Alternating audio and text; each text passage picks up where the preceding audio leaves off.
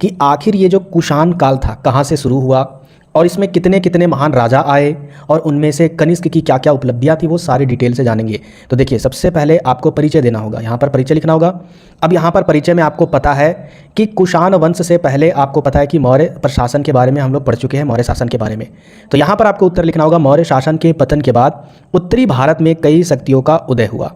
यानी मौर्य शासन जब समाप्त हुआ उसके बाद बहुत सारे शक्तियाँ उत्तरी भारत में यानी मगध में आए, ठीक है। बहुत सारे विदेशी आक्रमण भी आए, उनमें से ये कुषाण भी था। इन्हीं में एक कुषाण थे जो मध्य एशिया से भारत में आए थे। और ये कहाँ से आया था? मध्य एशिया से भारत में आया था। ये विदेशी थे। विदेशी विजेताओं में इनका महत्वपूर्ण स्थान था। इन्होंने एक विशाल साम्राज्य की स्थापना की जो गुप्त काल के उदय तक अस्तित्व में था। यानी जब तक गुप्त काल का उदय नहीं हुआ तब तक इनका साम्राज्य का अस्तित्व बना रहा। इसके बाद देखिए नेक्स्ट आपका, कुषाण यूची और तोखरी भी कहलाते हैं। कुषाण जो था वो कहीं ना कहीं यूची जाति के कहलाते थे। इनके जाति को ही यूची बोला जाता था या फिर कहीं कहीं तोखरी भी मिला है इतिहास में। तो मैक्सिमम आपको यूची ही मिलेगा। तो कुषाण को यूची और तोखरी भी कहते थे। यूची जाति खानाबदोश थी। खानाबदोश के बारे में आपको पता है, शिकार करके खाना, आखेटक करना, एक जगह से दूसरी जगह जीवन यापन करते रहना, एक जगह नहीं रहना। तो वही खानाबदोश इसकी जिंदगी थी। और मध्य चीन में उनका निवास था। यानी ये रहते कहाँ थे? मध्य चीन में, ठीक है, यानी चाइना में ये रहते थे। द्वितीय शताब्दी ईसा पूर्व में इनका युद्ध पड़ोसी हुनों से हुआ। उसके बाद इनका युद्ध किनसे हुआ? हुनों से हुआ। और हुनों ने इनको इतना खतरनाक हराया, इसके बाद उन्होंने यूची नरेश की हत्या कर दी। और उसी युद्ध में जो यूची कबीला के जो सरदार थे यूची नरेश, इनकी हत्या कर दी। और आपको पता है किसी भी कबीले में अगर सरदार की हत्या हो जाती है तो पूरे तरीके से कबीला वाले छितर-पितर हो जाते हैं। और यही कारण था कि यूची जाति जो थे वह कहीं ना कहीं अपनी मातृभूमि को छोड़कर यहाँ से भाग उठे और ये पश्चिम की दिशा में बढ़ गए। इनके साथ 6 लाख लोग फिर साथ में जा रहे थे। यानी जो कबीला वाले थे उनकी जनसंख्या 6 लाख लोग थे। इसके बाद देखिए आगे ये कुचला प्रदेश में गए, पश्चिम की ओर जैसे बढ़े ना, ठीक है। उसके बाद वहाँ से आगे जाकर ये कुचला प्रदेश की ओर बढ़े, उसके आगे और यहाँ के निवासियों को पराजित कर दिए। यानी जहाँ कुचला प्रदेश था वहाँ कुछ कोई निवास करते होंगे, कोई भी वहाँ पर निवास करते होंगे, उनको वहाँ पर जंग के आधार पर, युद्ध के आधार पर हरा दिया और उनके ज़मीन पर कब्जा करके वहाँ पर वह निवास करने लगे, बस गए। कौन? यूची कबीले वाले, जब वह हुनों से हार गए, ठीक है। यहाँ से यूचियों की एक शाखा सिरदरिया की ओर आगे तिब्बत की सीमा की ओर चले गए। उसके बाद फिर यहाँ से आगे बढ़े। हमने अभी आपको बताया कि खानाबदोश ये थे, यानी एक जगह नहीं रहते थे। तो यहाँ से फिर वह आगे बढ़कर वह सिरदरिया की ओर एक तिब्बत की सीमा यानी बॉर्डर लाइन, तिब्बत के बॉर्डर लाइन में वह चले गए। और इनकी शकों से फिर मुठभेड़ हुई, शकों से फिर इनकी मुठभेड़ हुई और उनके चारागाहों पर इन्होंने अधिकार कर लिया। अब शकों से जब इनका युद्ध हुआ तो जो चारागाह थे, चारागाह का मतलब कहीं ना कहीं एक ऐसा खेत या फिर मैदान जहाँ पर लोग अपने जानवरों को चराते होंगे, तो उन पर कब्जा कर लिया, उन पर अधिकार कर लिया, ठीक है। और 15 से 20 सालों तक ये शांतिपूर्वक अपना जीवन यापन वहीं पर किए, किंतु शकों ने इन्हें फिर खदेड़ दिया। अब इसकी देखिए हालत क्या हुई। यहाँ पर भले ही उन्होंने चारागाहों पर कब्जा कर लिया, लेकिन फिर शकों ने इनको वहाँ से भगा दिया। उसके बाद फिर वहाँ से वो भागकर जो यूची कबीले वाले थे वो ऑक्सस घाटी में चले गए। ऑक्सस घाटी में चलने के बाद, ठीक है, ऑक्सस नदी भी अगर आप मैप में सर्च कीजिएगा तो आपको पता चल जाएगा कि ये कहाँ पर है। तो वह ऑक्सस घाटी में चले गए, वहाँ उन्होंने अपना अधिकार जमा लिया, जहाँ वे अस्थायी रूप से रहने लगे। और फिर देखिए ये कहाँ पर आ गए? ऑक्सस घाटी में। और वहाँ पर भी वह अधिकार जमा लिया, यानी युद्ध हुआ होगा। उसके बाद वहाँ भी कब्जा कर लिया और वहाँ पर एक अस्थायी रूप में रहने लगे। इसके बाद देखिए आगे की घटना क्या होती है। और वहाँ पर रहने के बाद यूची 5 शाखाओं में बढ़ चुका था। इतने दूर आने के बाद जो वहाँ पर कई लाखों का काफिला था वह टोटल आते आते 5 भागों में बट गया, ठीक है। 1 2 3 4 5 भागों में यूची कबीला वाले। अब समझिए ध्यान से। और इन्हीं शाखाओं में एक का नाम कुरुशांग या फिर कुषाण भी बोला जाता था, ठीक है। तो 1 नंबर के क्वेश्चन में अगर ये आ जाए तो आपको गलती नहीं करनी है। एक शाखा इनमें से क्या था? कुषाण था, उसी को कुरुशांग बोला जाता था। बाद में कुषाणों के सरदार ने चारों शाखाओं पर विजय प्राप्त कर लिया। और ये जो शाखा था ना कुषाण वाला, ये अलग और जो 4 शाखाएं थे ना, इन पर क्या हो गया? ये विजय प्राप्त कर लिए और इन पर अधिकार प्राप्त कर लिए। इन सभी का सरदार कौन बन गया? कुषाण वाले। इसके बाद अपने साम्राज्य का विस्तार ये करने लगे और इसके बाद यूची कुषाण कहलाने लगे। तो इस तरीके से यूची से ये कुषाण कहलाए और अपने साम्राज्य का विस्तार किए, जो मैंने आपको अभी डिटेल से बताया। अब यहां पर समझते हैं, ठीक है। इनके सबसे महत्वपूर्ण शासक का नाम क्या है भाई? कुषाण का कनिष्क। मोस्ट इंपॉर्टेंट राजा, मोस्ट इंपॉर्टेंट पॉइंट है। उसके पहले 2 राजा पहला जो था वह कदफिसेस प्रथम और दूसरा का नाम था कदफिसेस द्वितीय। इनका अलग अलग नाम है जो मैं आपको आगे बताऊंगा, ठीक है। तो सबसे इंपॉर्टेंट राजा कौन था? कनिष्क। लेकिन यह पहले राजा नहीं था, ठीक है, कुषाण का। इससे पहले दो राजा थे, कदफिसेस प्रथम और दूसरा कदफिसेस द्वितीय। इनके बारे में आपको पढ़ना होगा। हालांकि कुषाण वंश में कदफिसेस प्रथम और कदफिसेस द्वितीय से भी पहले भी राजा थे, लेकिन उनके बारे में इतिहास में जानकारी नहीं लिखी गई है या फिर उनके बारे में पता नहीं चला है, इसलिए पढ़ा नहीं जाता है। आगे हम लोग देखते हैं कदफिसिस प्रथम। पहले हम लोग इसको पढ़ते थे कदफिसेस, तो कहीं भी कदफिसेस लिखा रहता है या फिर कदफिसिस लिखा रहे तो कोई दिक्कत नहीं है। कदफिसिस प्रथम इसको बोला जाता है कुजुल कदफिसिस। कुजुल कदफिसस के नाम से भी कहलाया जाता था, यानी इसका असली नाम यही है, ठीक है। इतिहासकारों ने इसे कदफिसस प्रथम नाम दिया है। तो यह कुषाण वंश का पहला शासक था, असंगठनकर्ता, महत्वाकांक्षी एवं शक्तिशाली व्यक्ति था। ये जो क्या काम करता था, ये कहीं ना कहीं सभी को एकजुट में बांधे रखता था, संगठन करता रहता था, हमेशा जोड़ता रहता था, ठीक है। संगठन में रखना चाहता था ताकि अगर एक भी रहेंगे तो हमारा साम्राज्य और बढ़ेगा। और महत्वाकांक्षी भी था और साथ ही यह शक्तिशाली व्यक्ति भी था। सबसे पहले उसने कबीले का संगठन कर अपनी स्थिति मजबूत की। उसने अपना अधिकार अफगानिस्तान, इसके अलावे तक्षशिला यानी जो पाकिस्तान में तक्षशिला है उसके निकटवर्ती भूभागों पर कब्जा कर लिया, जैसे कि काबुल, कंधार, पेशवार और इसके अलावे सिंध से यमन तक ये सारे इलाके कदफिसस प्रथम यानी कुजुल कदफिसस ने कब्जा कर लिया था तथा शक राजाओं को हराकर, ठीक है, पराजित करके कुषाण वंश की स्थापना की थी कुजुल कदफिसस ने। इसके अलावे इन्होंने कुजुल कदफिसस ने तांबे के सिक्के जारी किए थे, यानी कुजुल कदफिसस ने तांबे के सिक्के जारी किए थे जिन पर एक तरफ यूनानी राजा हर्मियस और दूसरे तरफ कुजुल कदफिसस ने स्वयं की आकृति खुदवाई थी। जैसे हमारे सिक्के में क्या है, एक तरफ कहीं ना कहीं आपको मिलेगा शेर वाला चिन्ह, ठीक है, जो आप सभी को पता है उसको बोलते हैं हेड, और एक तरफ आपको मिलेगा टेल का चिन्ह, ठीक है, टेल, जिसमें अलग अलग आकृतियां होती है, ठीक है। कहीं पर मक्के का आकृति होता है अलग अलग तरीके से। तो उसी टाइप से सिक्के के एक पहलू में यहाँ पर यूनानी राजा हर्मियस का चित्र था और दूसरे तरफ आपका कुजुल कदफिसस खुद की यह तस्वीर बनाए थे, सिक्के जो जारी किए थे तांबे की। कुजुल कदफिसस ने महाराजा धीराज की उपाधि भी धारण की थी। कुजुल कदफिसस की मृत्यु 60 ईस्वी में हुई थी। समझिए बात को, ये जो डेट है ना, ये कहीं ना कहीं अलग अलग किताब में, अलग अलग यूट्यूब वीडियो में, अलग अलग इतिहासकारों के किताब में आपको अलग अलग मिलेंगे। यहाँ तक कि अलग अलग गेस्ट पेपर में भी आपको अलग अलग मिल सकते हैं, क्योंकि अभी तक से डेट के बारे में एक्यूरेट जानकारी नहीं है। तो इनकी मृत्यु 60 ईस्वी में हुई है। अब यहाँ पर कदफिसस द्वितीय के बारे में समझते हैं। देखिए, अगर आपको समझ में आ रहा है तो अच्छी बात है, मैं कोशिश कर रहा हूँ समझाने की। अगर नहीं समझ में आ रहा है, वीडियो के लास्ट में पूरा रिव्यू मैप के माध्यम से देंगे, अच्छे तरीके से समझ में आ जाएगा। अब समझते हैं कदफिसस द्वितीय के बारे में। इसे विम कदफिसस भी कहते थे, यानी कदफिसस प्रथम को कुजुल कदफिसस बोला जाता था और कदफिसस द्वितीय को विम कदफिसस बोला जाता है। यह कदफिसस प्रथम का पुत्र था, यानी कुजुल कदफिसस का जो बेटा था वह विम कदफिसस था। इसमें भी पिता के सारे गुण थे, जैसे पिता महान था, ठीक है, चारों तरफ साम्राज्यवाद की भावना उसके अंदर थी, विस्तारवाद की भावना, वो भावना इसके अंदर भी था, ठीक है। इसने अपने पिता के साम्राज्य विस्तार की नीति को बढ़ाते हुए कश्मीर, पंजाब, सिंध आदि राज्यों पर भी अपना अधिकार कर लिया था। इसने एक विशाल साम्राज्य का निर्माण किया। इसने वाणिज्य व्यवसाय, ये व्यापार में भी इसका विस्तार किए, ठीक है। विम कदफिसस धर्म, कला, मुद्रा आदि के विकास पर भी इसका पूरा ध्यान था। साथ ही साथ विदेशों में खासकर रोमन साम्राज्य के साथ इसके वाणिज्य में प्रगति हुई, यानी जो रोमन साम्राज्य था उनके साथ व्यवहार संबंध भी था, इसका व्यापार संबंध, ठीक है। ये एक नंबर के क्वेश्चन में पूछा जा सकता है कि जो कुषाण था जिसमें से आपका विम कदफिसस था, उसका वाणिज्य व्यापार किससे संबंध था, किससे उसका रिलेशन था व्यापार का, तो यहाँ पर हो जाएगा रोमन साम्राज्य। उसने शैव धर्म को अपना लिया था, यानी ये जो थे आपका विम कदफिसस, ये जो थे वह शैव धर्म को अपना लिए थे और इसने 65 ईस्वी से 78 ईस्वी तक शासन किया था। इनका जो शासन काल है वो 65 ईस्वी से 78 ईस्वी तक दिया गया है। विम कदफिसस को कुषाण वंश का वास्तविक संस्थापक भी माना जाता है। कई इतिहासकारों का मानना है जो विम कदफिसस है, यानी कदफिसस द्वितीय प्रथम नहीं, कुषाण वंश का वास्तविक संस्थापक मानते हैं। क्यों मानते हैं? क्योंकि मैप के माध्यम से आप देखोगे ये जो इलाका है, यानी इन्होंने जहाँ तक अपने साम्राज्य का विस्तार किया, ये भारतीय इलाके में यह प्रवेश कर चुके हैं, ठीक है, कश्मीर, पंजाब, सिंध वाले इलाके। तो यहाँ पर क्या है कि जब ये भारत में प्रवेश कर चुके हैं तो भारतीय इतिहासकारों के अनुसार कहीं ना कहीं इसी को ही क्या मानते हैं कि ये भारत में जो कुषाण आए तो इन्हीं के द्वारा ही स्थापना किया गया था इस वंश का, ठीक है। इसलिए विम कदफिसस ने सोने तथा तांबे के सिक्के जारी किए थे जो यूनानी लिपि तथा खरुष्टी लिपि में थे। यानी विम कदफिसस ने जो सोने और तांबे के सिक्के जारी किए थे उसमें यूनानी, ठीक है, यूनानी जो लिपि थी, ठीक है, यूनान के द्वारा जो लिखी गई लिपि होती है, जैसे हमारे यहाँ कौन सी लिपि है, भारतीय लिपि, तो जैसे हिंदी है, ठीक है, या फिर बहुत सारे हैं, तो वहाँ पर यूनानी लिपि लिखी गई थी सोने और तांबे के सिक्के में, और खरुष्टी लिपि, विम कटफिसेस के द्वारा शिव, बैल और त्रिशूल की आकृति वाले सिक्के जारी किए गए थे। इससे यह अनुमान लगाया जा सकता है कि विम कटफिसेस के शासनकाल में कुषाणों ने भारतीय संस्कृति को भी अपनाना शुरू कर दिया था। यानी कैसे पता चलता है कि भारतीय संस्कृति को ये अपना रहे थे? शिव, आपको पता है शिव भगवान, बैल और त्रिशूल, ठीक है, ये सारे जो चीज़ें हैं ना, इसकी जो आकृति है, इससे पता चलता है, जो सिक्के में ये आकृति मिली है, इसी से पता चलता है कि ये कहीं ना कहीं भारतीय संस्कृति को अपना रहे थे। विम कटफिसेस ने महाराजा, राजाधिराज, महेश्वर और सर्वलोकेश्वर जैसी उपाधियां भी धारण की थी। तो इनकी उपाधियों के बारे में भी आपसे क्वेश्चन पूछा जा सकता है, इसको इग्नोर मत कीजिएगा। इसके बाद देखिए, विम कटफिसेस की मृत्यु 78 ईस्वी में हुई थी और विम कटफिसेस के बाद कनिष्क महान कुषाण वंश का राजा बने थे। विम कटफिसेस के बाद जो राजा आएंगे वह कनिष्क आएंगे, और ये कौन थे? तो ये विम कटफिसेस के पुत्र थे, कनिष्क, याद रखिएगा। अब यहाँ पर मैप नंबर 1, मैप नंबर 2 और मैप नंबर 3, इसके आधार पर हम लोग विम कटफिसेस तक पूरे डिटेल से समझेंगे मैप के माध्यम से।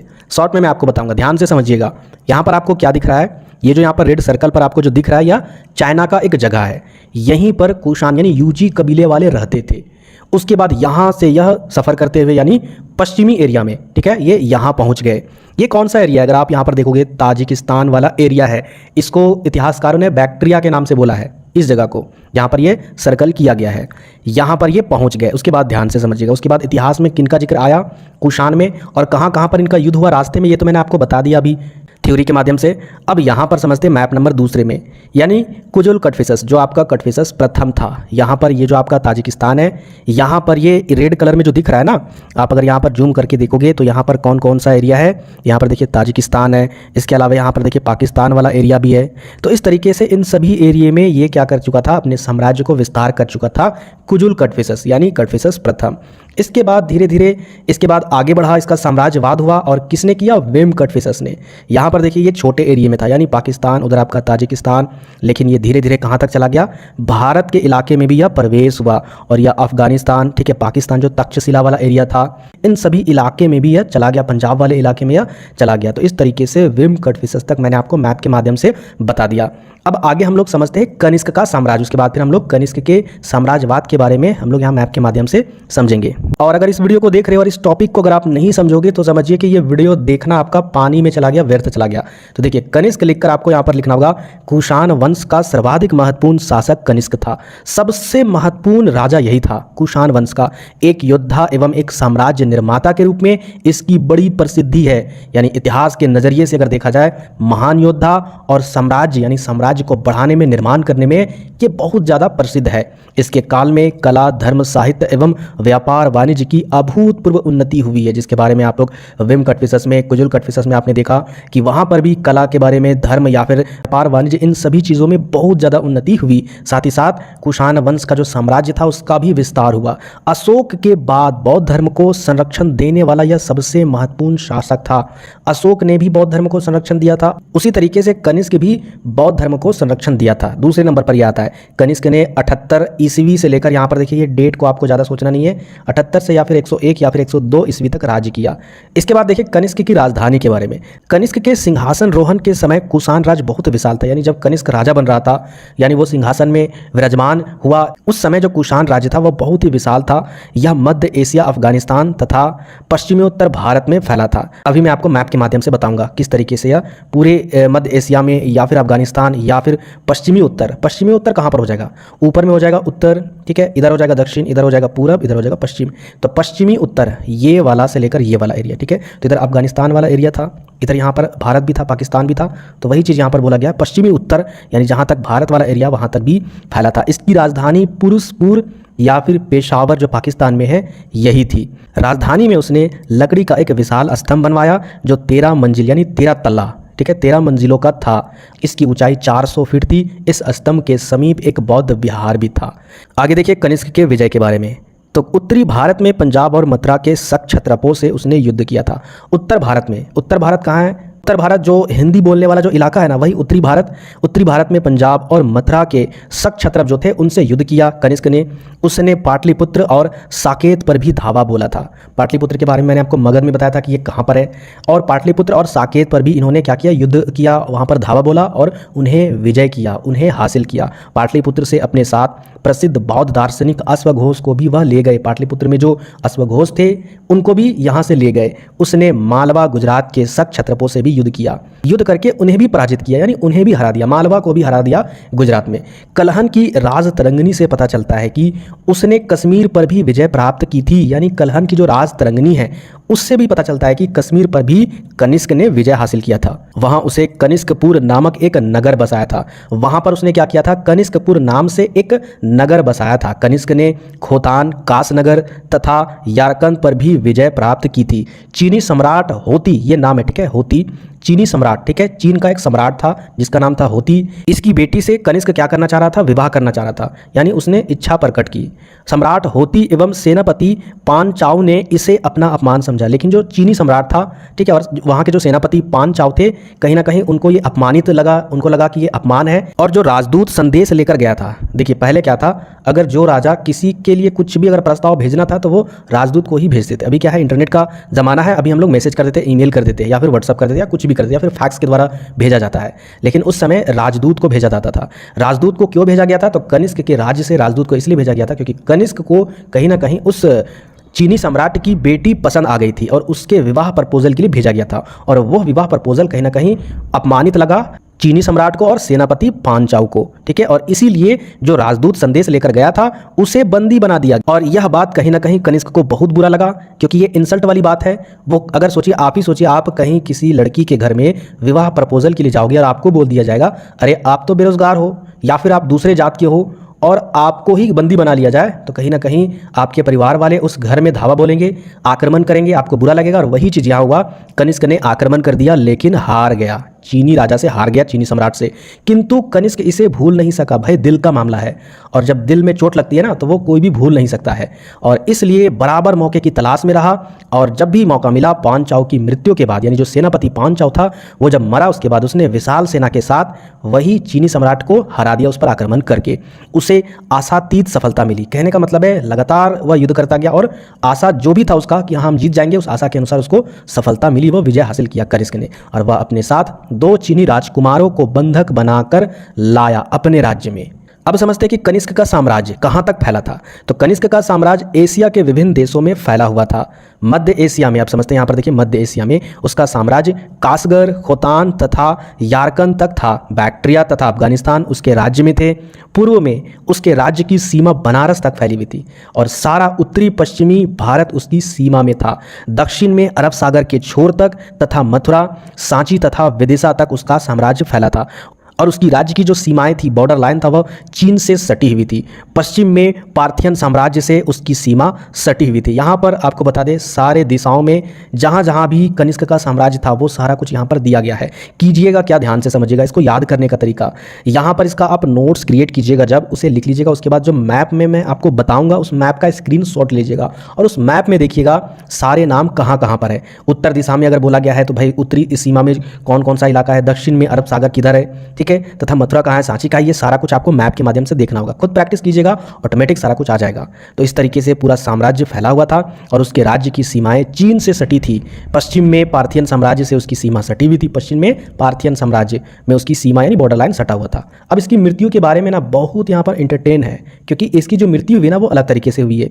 कनिष्क की हत्या की गई थी। अब कैसे, तो देखिए, उसकी साम्राज्यवादी नीति एवं निरंतर युद्ध के कारण, यानी जिस तरीके से वो साम्राज्य को बढ़ाता जा रहा था और जिस तरीके से वह युद्ध कर रहा था, उस कारण से उसके सैनिक और अधिकारी उससे ऊब गए थे। यानी उसके जो सैनिक थे वही उससे कहीं ना कहीं घृणा करने लगे। इतना ज़्यादा युद्ध नहीं करना चाहिए, इतना ज़्यादा आक्रमणकारी नहीं बनना चाहिए।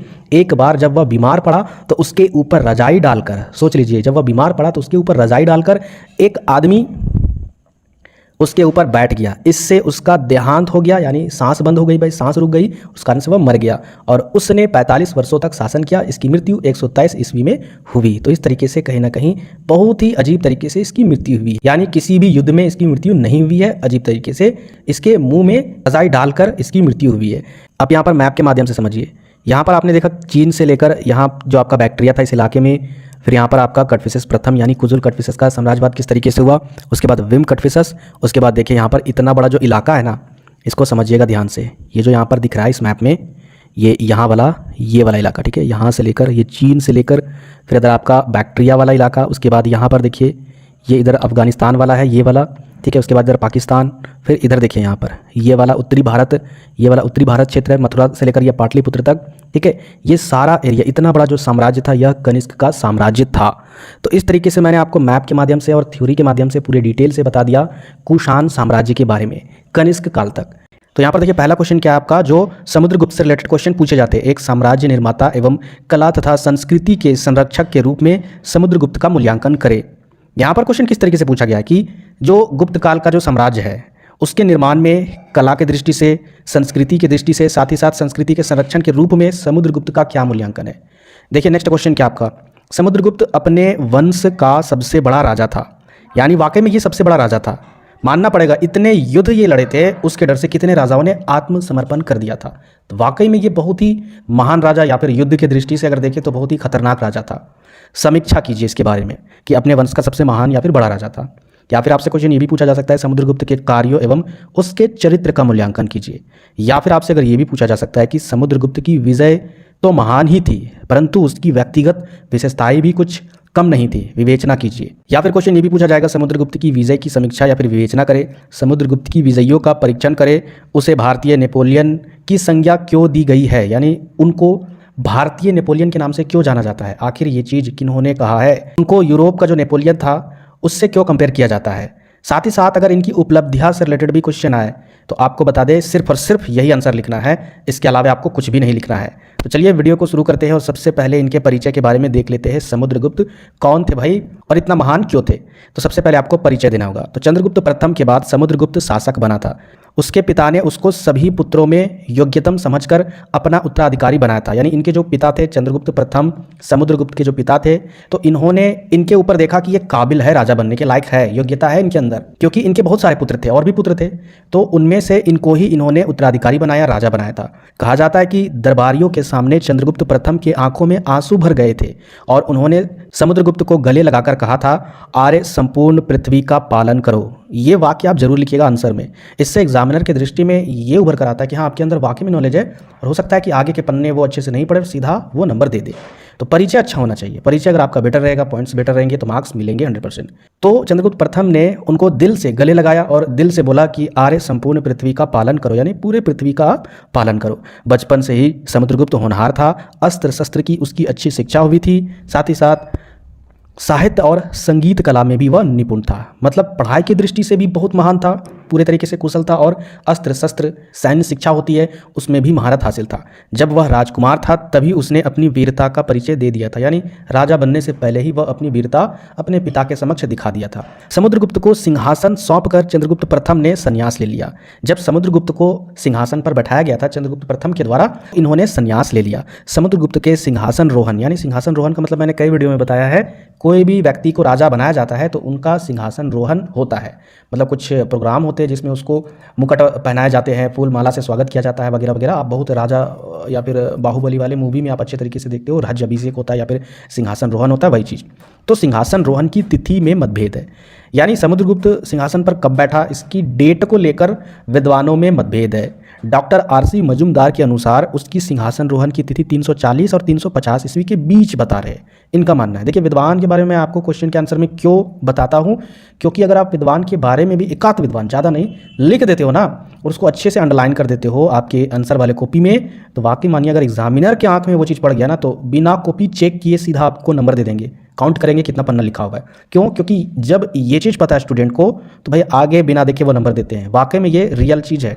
किसी ने कहा कि लगभग 335 ईस्वी से 380 ईस्वी तक है। इसी तरीके से अलग अलग यहाँ पर तर्क दिए गए इतिहासकारों द्वारा, और गया ताम्रपत्र के अनुसार समुद्रगुप्त 328 ईस्वी में राज्य कर रहा था, यानी वो सत्ता को संभाल रहा था। किसके अनुसार ये चीज़ पता चलता है? गया ताम्रपत्र के अनुसार। इस तरह हम कह सकते हैं कि यानी बहुत सारे विश्लेषण के अनुसार कहीं ना कहीं वह चंद्रगुप्त प्रथम जो है वह 328 ईस्वी या फिर 330 ईस्वी में गद्दी पर बैठा था। ये एक्यूरेट डेट की जानकारी हमें नहीं मिलती है, बस एक अनुभव के अनुसार या फिर कुछ स्रोतों के अनुसार या जानकारी के अनुसार ये डेट मेंशन की गई है। आगे हम लोग बढ़ते हैं इनकी उपलब्धियों के बारे में। अब यहाँ से इनकी उपलब्धियाँ स्टार्ट होती है। तो सबसे पहले अगर आपको समुद्रगुप्त के बारे में अगर आपको लिखना है, चाहे उपलब्धि हो या फिर कुछ भी लिखना है, तो सबसे पहले आपको इनके युद्धों के बारे में लिखना होगा। किन किन राजाओं को हरा कर अपने साम्राज्य में उसको विलीन किया, ये चीज़ आपको बहुत ज़्यादा इंपॉर्टेंट है, ये चीज़ आपको लिखना होगा। पहला जो है यहाँ पर पॉइंट्स क्या बनता है इनकी उपलब्धि में, साम्राज्य का विस्तार। क्योंकि इससे पहले चंद्रगुप्त प्रथम भी बिहार तक साम्राज्य का विस्तार कर चुके थे, लेकिन जो दक्षिणी एरिया है और इसके अलावा बहुत सारे एरिया है, उन सभी जगह पर किसने विस्तार किया, समुद्रगुप्त ने। तो समुद्रगुप्त की विजयों को हम 5 श्रेणी में बांट सकते हैं। पहला देखिए आर्यव्रत, ये क्षेत्र है, ठीक है, पहले के टाइम में ये नाम है, ठीक है, क्षेत्र का वही चीज़ लिखा गया है। आर्यव्रत हो गया, अटाविक राज्य हो गया, इसके अलावा दक्षिण भारत के राज्य हो गए, सीमांतर राज्य हो गए और गणराज्य हो गए। देखिए कुछ ऐसे भी राज्य थे जो स्वतंत्र रूप से वह खुद अपने राज्य को चला रहे थे, वह किसी के अधीन में नहीं थे, तो उनको भी अपने कब्जे में ले लिया था। हालांकि यहाँ पर युद्ध नहीं हुआ था, मैं आपको आगे बताऊंगा क्या रीज़न है। समुद्रगुप्त की सबसे पहली विजयों में हम पाटलिपुत्र विजय एवं नाग राजा पर विजय का उल्लेख कर सकते हैं। उसने गद्दी पर बैठते ही पाटलिपुत्र पर आक्रमण किया। उसी समय नागवंश के राजाओं ने उसके राज्य पर आक्रमण कर दिया, परंतु उसने साहस एवं धैर्य के साथ समुद्रगुप्त ने साहस दिखाई, धैर्य दिखाया और समस्त पूरे मगध पर गुप्तों की जीत हुई और पूरे मगध में इन्होंने विजय फतेह हासिल की। यह विजय गुप्त वंश के इतिहास में अपना विशेष महत्व रखती है। जैसे आप लोग सेमेस्टर 1 का एग्जाम दिए, सेमेस्टर 1 में जैसे आपने एग्जाम दिया, आपका रिजल्ट अच्छा आया, हालांकि सबसे घटिया यूनिवर्सिटी बन चुकी है वीवीयू, इसलिए वो रिजल्ट नहीं जारी कर रहे हैं। तो सेमेस्टर 1 में जो रिजल्ट अगर आपका आएगा, उस समय अगर आप देखोगे कि सेमेस्टर 1 में मेरा अगर 8 CGP आ गया किसी भी स्टूडेंट का, मैक्सिमम स्टूडेंट का नहीं आएगा, तो आपका जो अंदर से जो मोटिवेशन है ना, वो आसमान लेवल पर रहेगा, हाई लेवल पर रहेगा। क्यों? क्योंकि भाई 8 CGP कोई एरा गैरा मार्क्स नहीं है, ग्रेजुएशन के लेवल पर औकात चाहिए, पढ़ना होता है, लिखना होता है। तो उसी हिसाब से फर्स्ट सेमेस्टर में जब आपका 8 CGP आ जाएगा, तो फिर आने वाले सेमेस्टर में आपका जो लेवल रहेगा तैयारी करने का, पढ़ने का, वो बहुत ही खतरनाक रहेगा। उसी तरीके से यहाँ भी फर्स्ट ही लेवल में समुद्रगुप्त को विजय हासिल हुई पूरे मगध में। ऐसा शायद ही किसी राजा को होता है, और इसके बाद इनका लेवल जो निकला ना, वो खतरनाक निकला। आगे देखिए, और इसी के कारण जब मगध में उन्होंने विजय हासिल किया, पाटलिपुत्र पर अधिकार करने के बाद समुद्रगुप्त ने उसको अपनी राजधानी बनाया। इस प्रकार समुद्रगुप्त की साम्राज्यवादी आकांक्षाएं जागृत हो गई। आपका जैसे रिजल्ट अच्छा आता है तो सोचते हो कि 8 CGP से ज़्यादा और आए, अगले सेमेस्टर में 8.125 इस टाइप से आए, या फिर आगे और अच्छा है। तो उसी तरीके से समुद्रगुप्त की भी आकांक्षाएं बढ़ गई, विजय हासिल किया और आर्यव्रत की ओर बढ़ने लगे। अब हम लोग बढ़ते हैं आर्यव्रत की विजय के बारे में। तो सबसे पहले समुद्रगुप्त ने आर्यव्रत की विजय हासिल की। इस क्षेत्र में विजित राजाओं के नाम है, यानी जिन जिन राजाओं से युद्ध लड़के आर्यव्रत वाले क्षेत्र में जीत हासिल की है समुद्रगुप्त ने, वो राजाओं के नाम यहाँ पर मेंशन है। आप देख सकते हो, जरूरी नहीं कि याद कीजिएगा, एग्जाम में लिखिएगा, लेकिन अगर आप याद कर लेते हो, लिख लेते हो तो बहुत अच्छी बात है। देखिए, रुद्रदेव है, मतिल है, नागदत्त, चंद्रवर्मन, गणपति नाग, नागसेन, नंदी है, इसके अलावा अच्युत तथा बालावर्मन। ये टोटल जो 9 राजा थे, ठीक है, ये कहाँ के राजा थे? तो ये आर्यव्रत के राजा थे, और इन 9 राजा को भी हरा दिया था। ये आसान बात नहीं है। तो उक्त राजाओं में रुद्रदेव वकाटक वंश के राजा थे, यानी ऊपर जो राजा दिए गए हैं, जो अभी मैंने आपको बताया, उन राजाओं में रुद्रदेव जो है वो वकाटक वंश का राजा था। रुद्रदेव कहाँ है भाई? ये आप देख सकते हो, सबसे पहले नंबर पर है। ये वकाटक वंश का राजा था। शेष राजाओं में अधिकांश जो राजा थे पद्मावती और तदुरा के नागवंशी और कुछ पश्चिमी और पूर्वी सीमा के राजा थे। यानी इन राजाओं के बारे में, टोटल जो 9 राजा पर विजय हासिल किए थे समुद्रगुप्त ने, उन राजाओं के बारे में बात यहाँ पर हो रही है। रुद्रदेव जो थे वह वकाटक वंश के राजा थे, और बाकी जितने जो 8 राजा थे उनमें से अधिकांश पद्मावती, तदुरा या फिर नागवंशी और कुछ पश्चिमी पूर्वी सीमा के राजा थे। इन विजयों के द्वारा समुद्रगुप्त ने अधिकांश उत्तरी भारत को जीतकर अपना साम्राज्य विलीन कर लिया। यानी यहाँ पर ओवरऑल आप इतना लिख सकते हो, आर्यव्रत पर जब इन्होंने विजय हासिल किया, उस समय इन्होंने संपूर्ण उत्तरी क्षेत्र पर, जो उत्तरी क्षेत्र है, उस पर विजय हासिल कर लिया। इसके बाद वह आगे बढ़े और आटविक राज्य में चले गए। अब यहाँ पर इन्होंने कैसे विजय हासिल की वो देखिए। आर्यव्रत के राज्यों को जीतने के बाद समुद्रगुप्त ने 18 आटविक राज्यों को परास्त कर अपने साम्राज्य में सम्मिलित किया। 1, 2, 3 नहीं, आटविक राज्य में टोटल 18 राज्य थे। उन सभी 18 राज्यों को हराकर अपने साम्राज्य में मिला लिया। औकात होनी चाहिए राजाओं की। तो इन राजाओं को उसने अपना सेवक बना लिया। प्रयाग प्रशस्ति में लिखा है, क्या लिखा है भाई? परिचारकीकृत सर्वाट विकराजस्य, यानी इन विजयों से उसके लिए दक्षिण भारत की विजय करने का जो रास्ता था वह खुल गया। उत्तरी एरिया को जब वो जीतता गया, सबसे पहले मगध पर गया, मगध पर फिर उत्तरी जितने भी भाग है उत्तरी एरिया वाला, वो सारा उन्होंने विजय हासिल किया।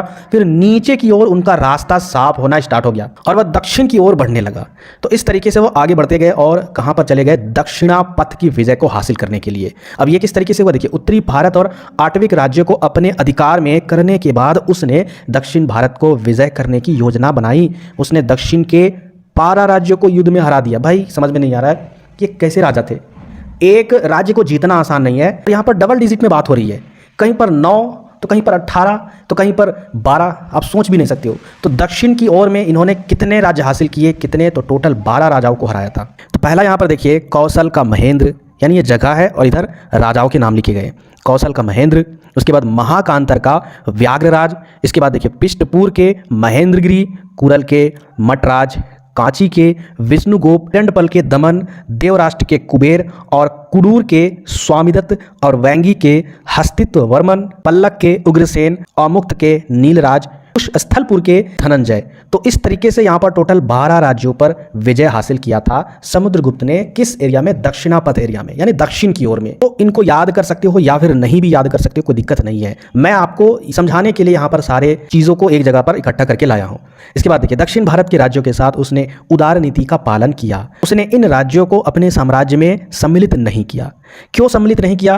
देखिए सम्मिलित नहीं करते थे ना जिस राज्य को समुद्रगुप्त, तो उसी को बोला गया था उदार नीति।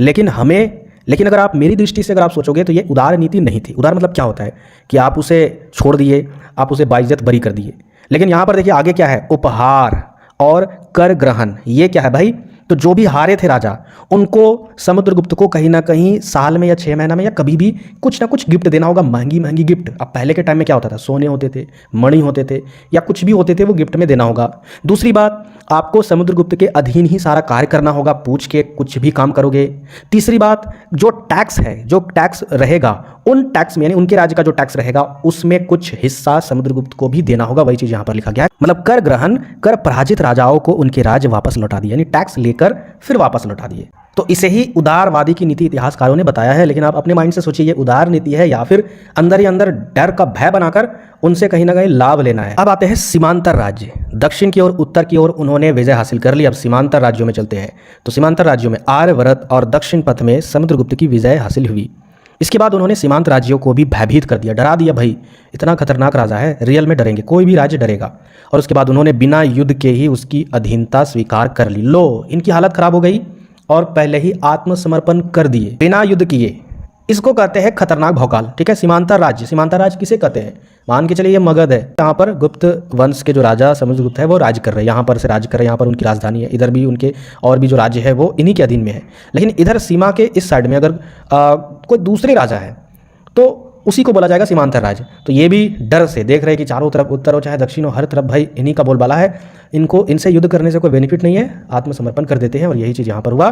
सीमांतर राज्य में आपको यही चीज़ लिखना है, खतरनाक युद्ध के कारण इन्होंने भी आत्मसमर्पण कर दिया, भयभीत होकर, युद्ध नहीं किया। अच्छा, कौन कौन किए थे यहाँ पर देखिए, स्वीकार कर लिए। और इन राज्यों के नाम क्या क्या है भाई? देखिए समतट, दवाक, इसके अलावा देखिए तीसरे नंबर पर आपका कामरूप, नेपाल और कृतिपुर। तो इस तरीके से ये टोटल 5 राज्य थे।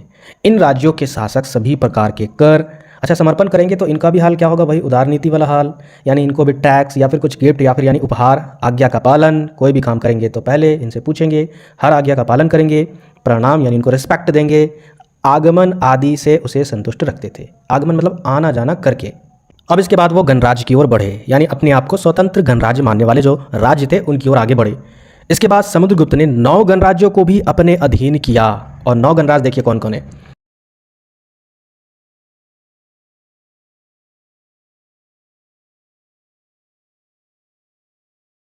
और इन 9 राज्यों को भी विजय हासिल किया, यानी इनको भी फतेह हासिल किया।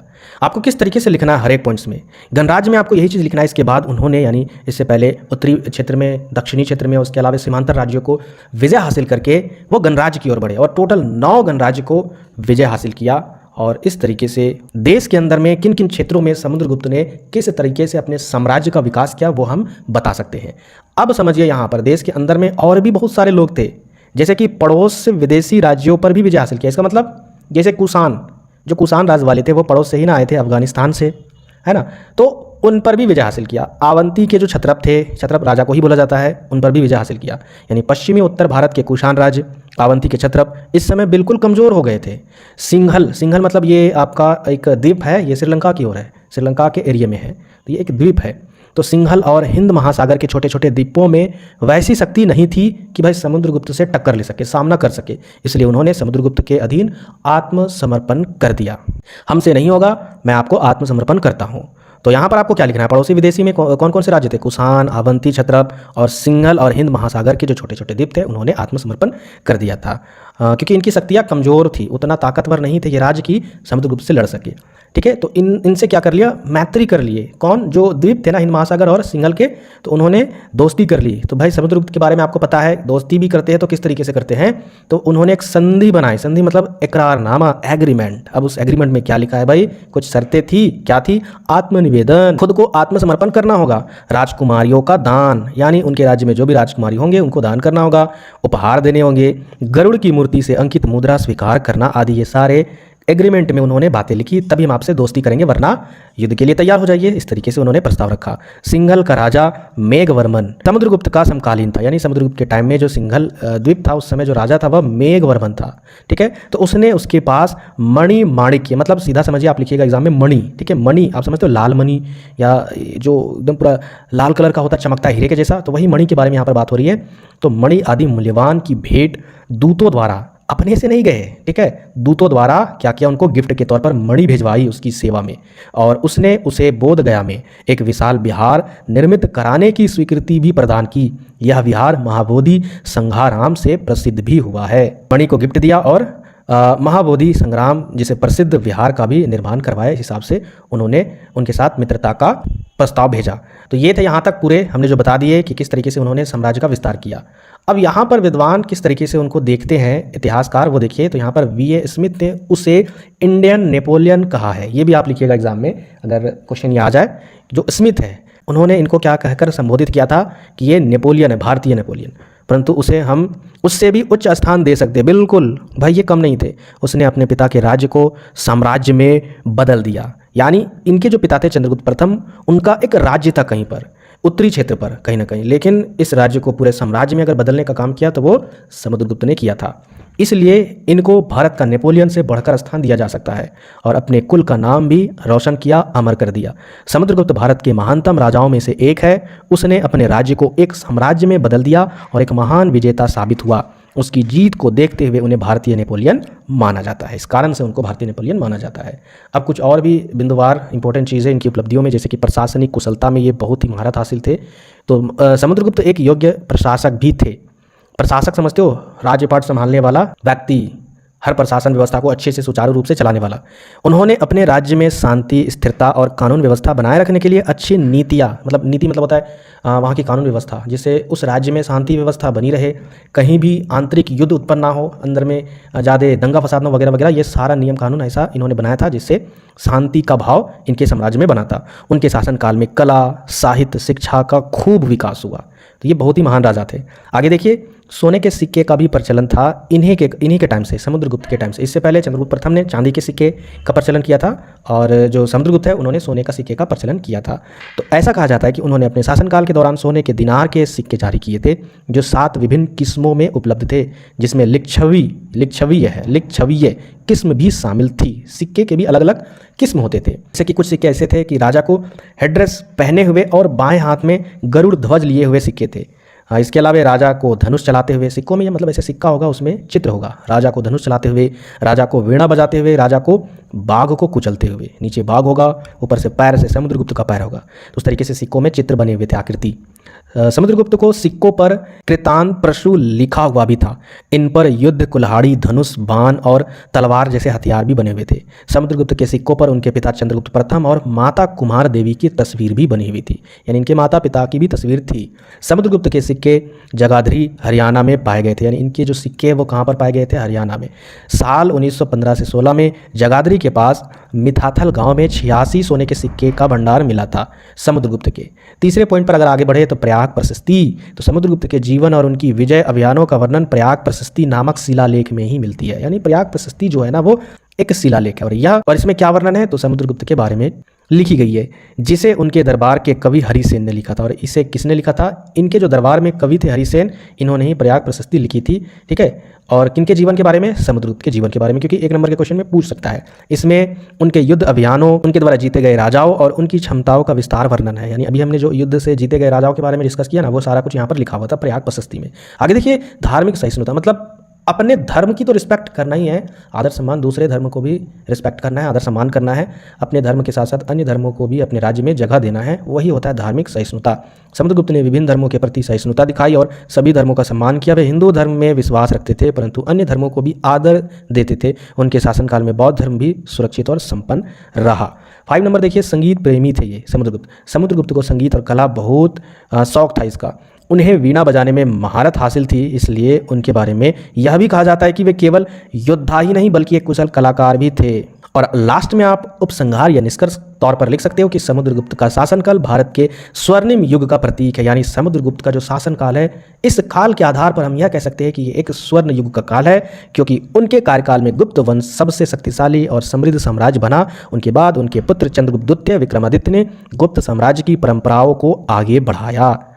पिछले बार अगर बात करें, ये क्वेश्चन आपके एग्जाम में नहीं आया था, यानी हिस्ट्री माइनर पेपर में ये क्वेश्चन नहीं पूछा गया था गांधार कला की विशेषताओं के बारे में या फिर मथुरा कला की विशेषताओं के बारे में। तो हो सकता है इस बार के लिए ये बहुत ज़्यादा इंपॉर्टेंट है। चलिए समझते हैं। सबसे पहले समझते हैं कि गांधार कला होता क्या है, इसके अर्थ के बारे में समझते हैं। गांधार कला बहुत पुरानी मूर्तियाँ बनाने की एक खास शैली थी। यानी इस कला में क्या होता है कि मूर्तियाँ बनाई जाती है एक प्रकार के खास शैली के द्वारा, जो आज के पाकिस्तान और अफगानिस्तान के इलाके में शुरू हुई थी। इसमें बुद्ध की मूर्तियाँ बनती थी। इसमें किसकी मूर्तियाँ बनती थी, मैक्सिमम बुद्ध की ही मूर्तियाँ बनाई जाती थी। और इन पर बाहर की, यानी इस पर जो कला होते थे, जैसे कि यूनान, ठीक है, यूनान की भी कला इस पर दिखी गई है। यानी यूनान में जिस तरीके से मूर्तियों की कलाकारी होती होगी, उसकी भी शैली इन मूर्तियों में भी दिखी थी। मूर्तियाँ देखने में असली इंसानों की जैसी लगती थी, इस कला की जो भी मूर्तियाँ बनाई जाती थी। तो इसे ही गांधार कला कहा जाता है। और गांधार कला की विशेषताएं क्या है वो समझिए एक एक करके। पहली विशेषता है कि असली जैसी दिखने वाली मूर्तियाँ है। देखिए, जो भी पॉइंट हमने लिया है ना, वो अपने से मैंने सेट किया है बहुत ही सिंपल लैंग्वेज में। यानी इस कला की जो भी मूर्तियाँ है, इसकी खास विशेषता है कि एकदम लगता है कि जीता जागता मूर्ति है। गांधार की मूर्तियाँ देखने में बिल्कुल इंसानों की जैसे लगती है। चेहरे, हाथ, कपड़े सब बहुत साफ और असली जैसे बनाए जाते हैं। इतना खास नक्काशी किया जाता है मूर्तियों का कि लगता है एकदम असली है, जैसे कोई तस्वीर हो जो पत्थर में बना दी गई हो। मूर्ति देखने से लगता है कि वह बोल उठेगी अचानक, एकदम लगता है कि वह सजीव है। ये तो पहली क्वालिटी थी, यानी विशेषता। उसके बाद देखिए दूसरे नंबर पर बाहर की कला का असर। बाहर की कला का असर कहने का मतलब है इस कला पर यूनान की भी मूर्ति का असर था, यानी उसकी कला का असर था। भारत के अलावे यूनान की भी कलाओं को प्रदर्शित इसमें देखा गया है। मूर्तियों के कपड़े, बाल और चेहरा ग्रीस की मूर्ति जैसे लगते थे। देखिए, यूनान की तो कला दिखती थी, साथ ही साथ इसके अलावे ऐसा लगता था जैसे कि ग्रीस की मूर्तियों जैसे इसके चेहरे लगते हैं या फिर इसके बाल लगते हैं। ग्रीस कहने का मतलब है यूनान ही। कपड़े झरने जैसे गिरते हुए दिखते थे। जो कपड़े होते थे वह लगता था कि झरना जैसा।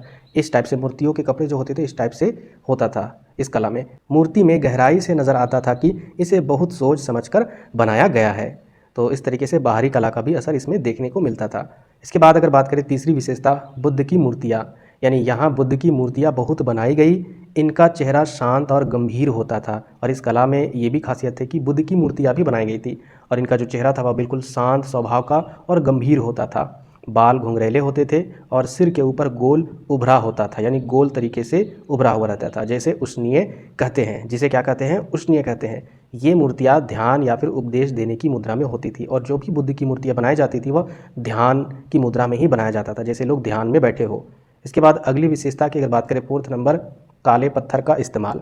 यानी इस प्रकार की कला वाली जो मूर्तियाँ बनाई जाती थी वह काले पत्थर का इस्तेमाल करके बनाई जाती थी। गांधार की मूर्तियाँ आमतौर पर काले या स्लेट जैसे पत्थर से बनाई जाती थी। इस पत्थर से छोटी चीज़ें जैसे कि बाल, कपड़ों की सिलवटें, इन सभी चीज़ों को बारीकी से देखा जाता था। और इस पत्थर से छोटी चीज़ें भी आसानी से दिखाई जा सकती थी, इसलिए इन मूर्तियों में बहुत बारीक काम होता था।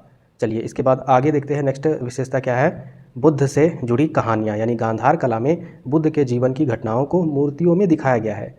यानी बुद्ध की मूर्तियों से यह झलकता है कि बुद्ध की क्या ऐतिहासिक घटनाएं होगी, किस तरीके से बुद्ध के बारे में उसकी जीवनी होगी, यानी जैसे कि जन्म, ज्ञान पाना, पहला उपदेश और मृत्यु, ये सारी चीज़ें इनकी मूर्तियों में उभर कर दिखती है, जिससे लोगों को भगवान बुद्ध की शिक्षा समझने में आसानी होती थी। अब समझते हैं मथुरा कला। हमने अभी देखा गांधार कला, तो मथुरा कला भारत के मथुरा शहर और उसके आसपास शुरू हुई। मूर्ति कला की अपनी खास शैली थी। ये भी एक मूर्ति कला है और इसकी जो शुरुआत हुई थी वो भारत में ही, मथुरा शहर में ही हुई थी। इसमें पूरी तरह भारतीय तरीका अपनाया गया था, इसमें बाहरी तरीका नहीं यूज किया गया था। जो शैली इसमें यूज की गई थी वो भारतीय ही शैली। इस कला में भी बुद्ध, देवी देवता और जैन की मूर्तियाँ, खास करके जैन के जो तीर्थकर होते थे उसकी मूर्तियाँ बनाई जाती थी, जो दिखने में चमकदार और खुश दिखाई देती थी। ये तो हो गया आपका मथुरा कला। अब समझते हैं मथुरा कला की विशेषता। सबसे पहले नंबर पर क्या विशेषता है? पूरी तरह भारतीय तरीका यानी भारतीय शैली का इस्तेमाल किया गया था इसमें। मथुरा की मूर्तियों में सब कुछ भारतीय था, जैसे पहनावा, चेहरा, खड़े होने का तरीका, इसमें कोई बाहर का असर नहीं था। ये मूर्तियाँ देखने में लगता है कि ये हमारे देश के लोगों जैसे ही है, यानी एक अपनेपन जैसा महसूस होता है। भारतीय अगर इस मूर्ति को देखेंगे लगेगा कि हाँ वाकई में ये हमारे ही शैली का, हमारे ही इतिहास का ही मूर्ति यहाँ पर बनाई गई है। इसके बाद दूसरे नंबर की अगर विशेषता अगर बात करें, चेहरे पर मुस्कान और शांति। इन मूर्तियों के चेहरे बहुत ही सुंदर होते हैं। इनमें हल्की मुस्कान होती है जिससे मूर्ति शांत और प्यारी लगती है। आंखें बड़ी और खुली होती है और मूर्ति को देखकर मन को सुकून भी मिलता है। यानी इनके जो चेहरे हैं वो बहुत ही ज़्यादा मुस्कान देने लायक दिखती है, आंखें बड़ी होती है, खुली होती है और ऐसा लगता है कि वाकई में ये सुकून देने वाली मूर्ति है, देखने से लगता है। तीसरे नंबर की अगर बात करें, मजबूत शरीर वाली मूर्तियाँ, यानी इन मूर्तियों में शरीर का आकार बहुत सुंदर और मजबूत दिखता है, यानी कमज़ोर नहीं होती ये सारी मूर्तियाँ। जैसे चौड़ी छाती, पतली कमर, सीधे खड़े हुए, यानी इस तरीके से बनाया जाता है जैसे कि एक मजबूत व्यक्ति खड़ा हो। यह दिखता है कि मूर्ति शक्ति और सुंदरता दोनों को दिखाती है। एक तो खूबसूरत व्यक्ति के जैसा उभरता है और साथ ही साथ मजबूत व्यक्ति के जैसा दिखता है। इसके बाद देखिए नेक्स्ट विशेषता क्या है, पतले कपड़े और गहने। अब इसकी क्या विशेषता है वो समझिए। मथुरा की मूर्तियों में कपड़े बहुत पतले होते थे जो शरीर से चिपके होते थे, यानी मथुरा कला की जो मूर्तियाँ होती थी उसमें पतले पतले कपड़े होते थे जो शरीर से चिपके हुए रहते थे, जिससे शरीर की बनावट साफ दिखती थी। मूर्तियों में हार, कंगन, मुकुट जैसे गहने भी होते थे जो इन्हें और सुंदर बनाते थे। एकदम सजाकर गहने भी पहनाया जाता था। इसके बाद देखिए नेक्स्ट आपका 5 नंबर, अलग अलग भावनाओं की मूर्तियाँ, यानी इन मूर्तियों में अलग अलग भावना भी झलकती थी। इस कला में बुद्ध के साथ साथ जैन धर्म के तीर्थकर, देवी देवता, यक्ष यक्षिणी की भी मूर्तियाँ बनती थी। ये मूर्तियाँ धार्मिक और भक्ति के भाव से भरी होती थी, जिससे लोग पूजा करते थे और आदर भी करते थे और ये सारी चीज़ें उसमें भाव प्रकट होती थी। अब समझते हैं निष्कर्ष के तौर पर आपको क्या लिखना है कि गांधार और मथुरा कला दोनों कलाएँ बहुत ही खास थी। देखिए ये क्वेश्चन हो सकता है 5 नंबर में आ जाए, या हो सकता है अगर 15 नंबर में पूछा जाए तो दोनों एक ही साथ पूछ सकता है, और अगर एक ही भी पूछे तो आराम से लिख दीजिएगा। तो गांधार और मथुरा कला दोनों कलाएँ बहुत खास थी। गांधार में मूर्तियाँ असली जैसी और बाहर की कला से प्रभावित थी, जबकि मथुरा कला में मूर्तियाँ पूरी तरीके से देसी यानी भारतीय कला और भाव से भरी हुई थी। दोनों ने भारत की कला और धर्म को आगे बढ़ाया और आज भी हमें गौरव देते हैं। क्वेश्चन क्या आपका, गुप्त काल को स्वर्ण युग क्यों कहा जाता है? तो इंट्रोडक्शन के तौर पर आपको लिखना है कि गुप्त वंश जिसका शासनकाल था 320 से लेकर 550 ईस्वी तक, इसका समय भारत के इतिहास में ऐसा ही था। कैसा था? स्वर्ण युग का काल जैसा था। इस समय देश में कला, साहित्य, विज्ञान, धर्म और राजनीतिक हर क्षेत्र में बहुत तरक्की हुई, इसलिए इतिहासकारों ने गुप्त काल को भारत का स्वर्ण युग कहा है। यानी हर क्षेत्र में, चाहे वो कला हो, साहित्य हो, विज्ञान हो, धर्म हो या फिर राजनीति हो, हर क्षेत्र में इस काल में, इस युग में बहुत ही ज़्यादा तरक्की की थी, विकास हुआ था, इसलिए इस काल को गुप्त काल का स्वर्ण युग कहा जाता है।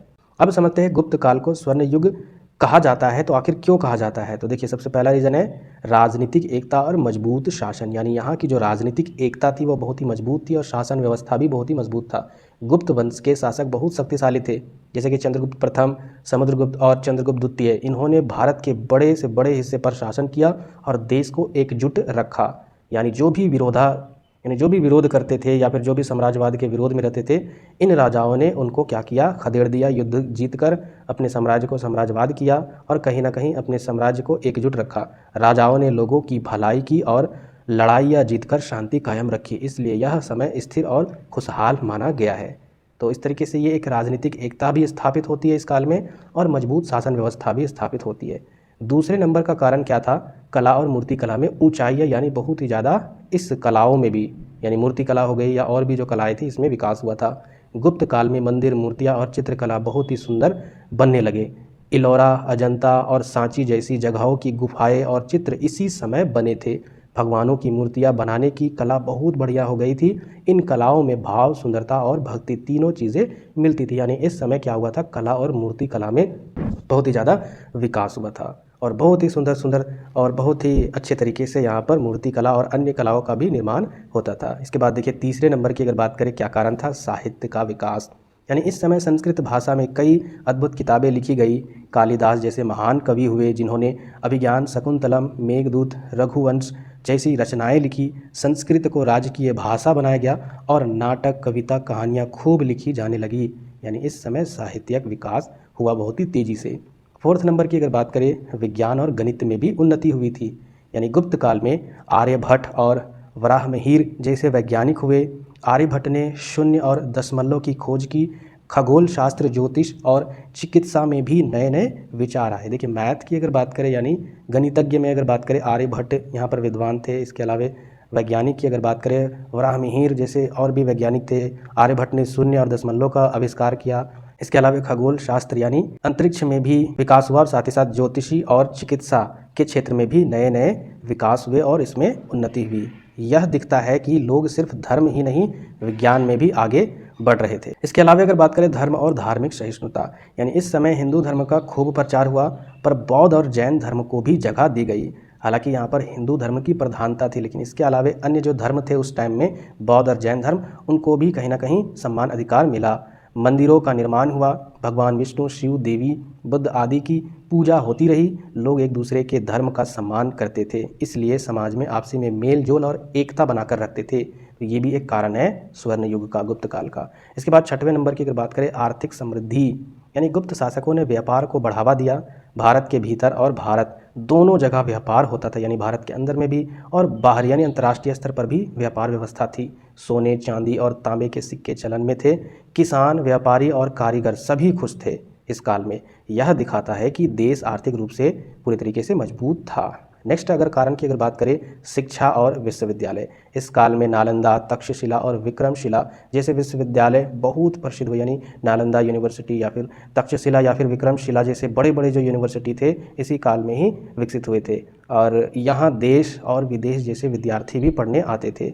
पढ़ाई में धर्म, भाषा, गणित, चिकित्सा और दर्शन भी शामिल थे।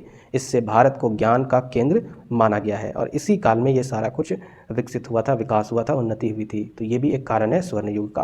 बाकी निष्कर्ष के तौर पर आपको लिख देना है कि गुप्त काल में हर दिशा में देश ने बहुत तरक्की की, चाहे वह कला हो, शिक्षा हो, विज्ञान हो या धर्म। शांति, समृद्धि और संस्कृति सब चरम पर थे। इसलिए इस समय को भारत का स्वर्ण युग यानी सबसे सुनहरा और महान समय कहा गया है।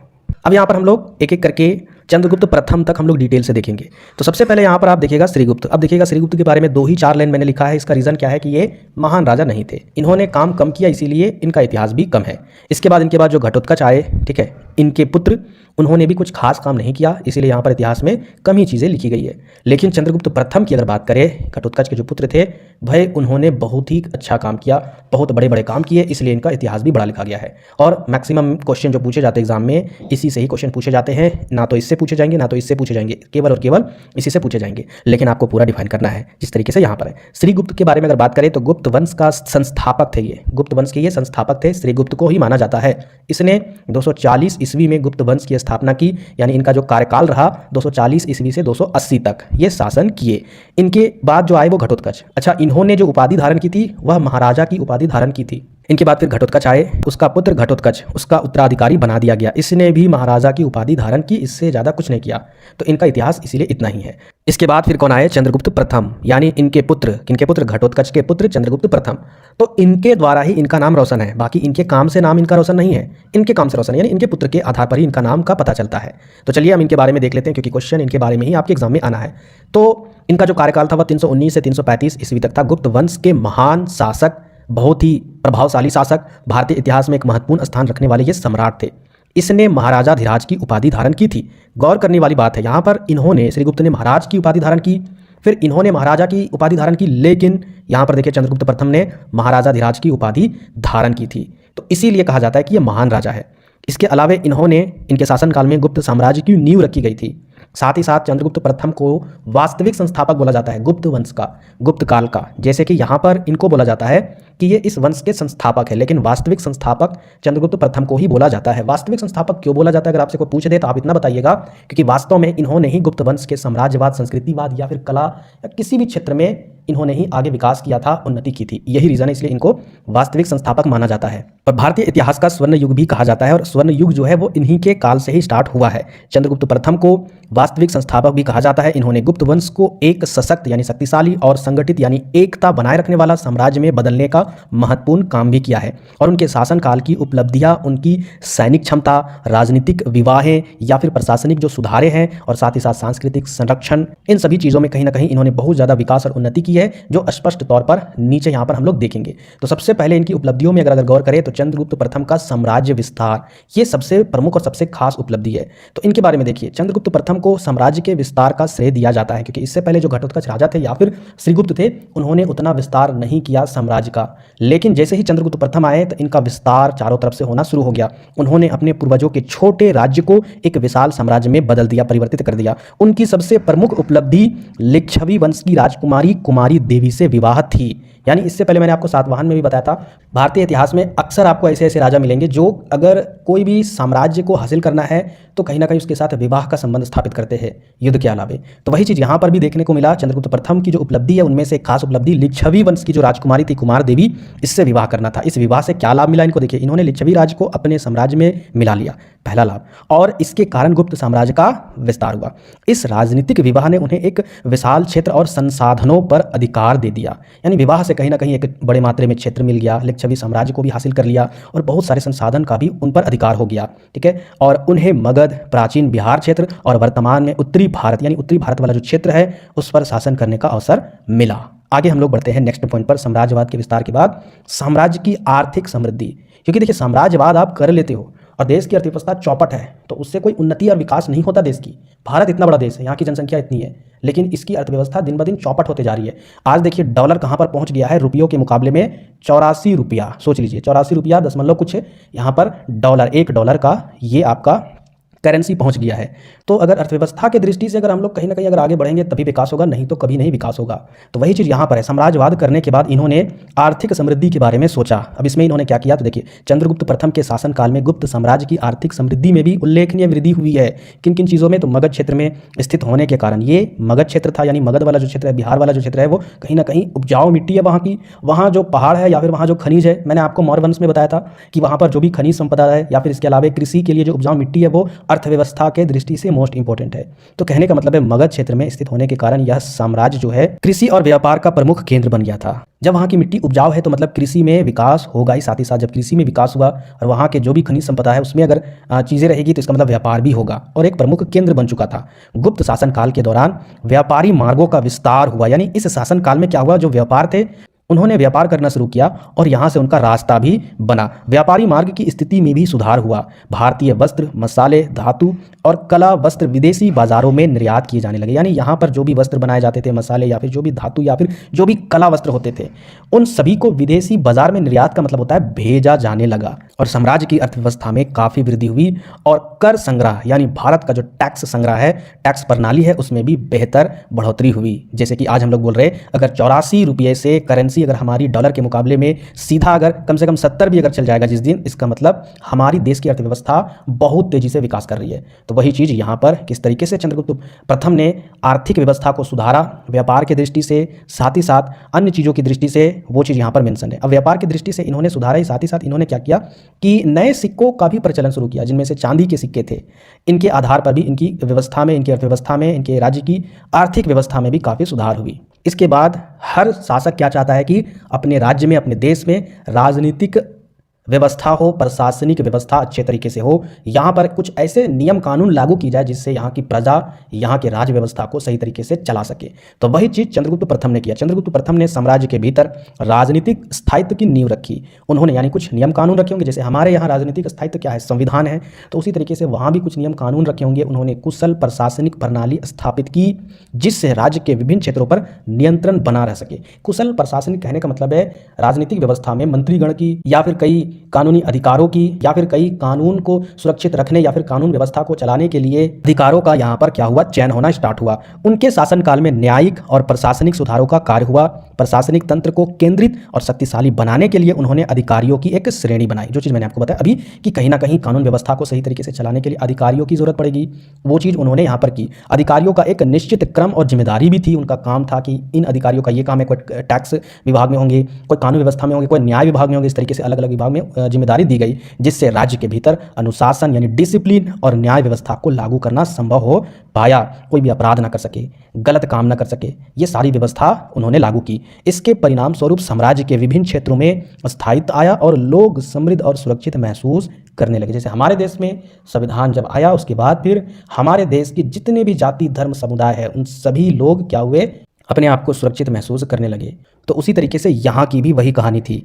इसके बाद अब हम लोग आगे जो टॉपिक है वो देखेंगे। तो वो टॉपिक है आपका सैन्य शक्ति और सुरक्षा। यानी चंद्रगुप्त प्रथम ने सारी व्यवस्था को सुधारने के साथ साथ सैनिक शक्ति और सुरक्षा को भी सुधारा, क्योंकि ये भी इंपॉर्टेंट है। अगर किसी भी देश की सीमांतर में यानी सीमाओं में अगर हमारी सैनिक कमजोर रहेगी तो हमारा देश भी कमजोर रहेगा, और ये चीज़ चंद्रगुप्त प्रथम नहीं चाहता था। चंद्रगुप्त प्रथम ने गुप्त साम्राज्य की सुरक्षा और विस्तार के लिए सैन्य शक्ति को बढ़ावा दिया। उन्होंने एक शक्तिशाली सेना का गठन किया जो राज्य के अंदरूनी और बाहरी खतरों से निपटने में सक्षम थी। जी हाँ, आज हमें लगता है कि बाहर से आतंकवादी आकर मार देंगे, वो बाहरी सुरक्षा हमें चाहिए हमारे सैनिकों के द्वारा। उसी तरीके से आंतरिक सुरक्षा भी चाहिए जो हमें तोड़ते हैं धर्म के आधार पर, जात के आधार पर या किसी चीज़ के आधार पर। तो आंतरिक सुरक्षा और बाहरी सुरक्षा दोनों दृष्टि से किस तरीके से हमें सुरक्षा चाहिए, उसी तरीके से चंद्रगुप्त मौर्य ने भी अपने सैन्य शक्ति को शक्तिशाली बनाकर अंदरूनी और बाहरी खतरों से निपटने में सक्षम प्रदान की थी अपने शासनकाल में। उनकी सैन्य शक्ति के कारण ही उन्होंने अपने साम्राज्य की सीमाओं यानी बॉर्डर का विस्तार किया और साम्राज्य का भी विस्तार किया और साम्राज्य की रक्षा करने में भी सफलता हासिल की। उन्होंने शकों,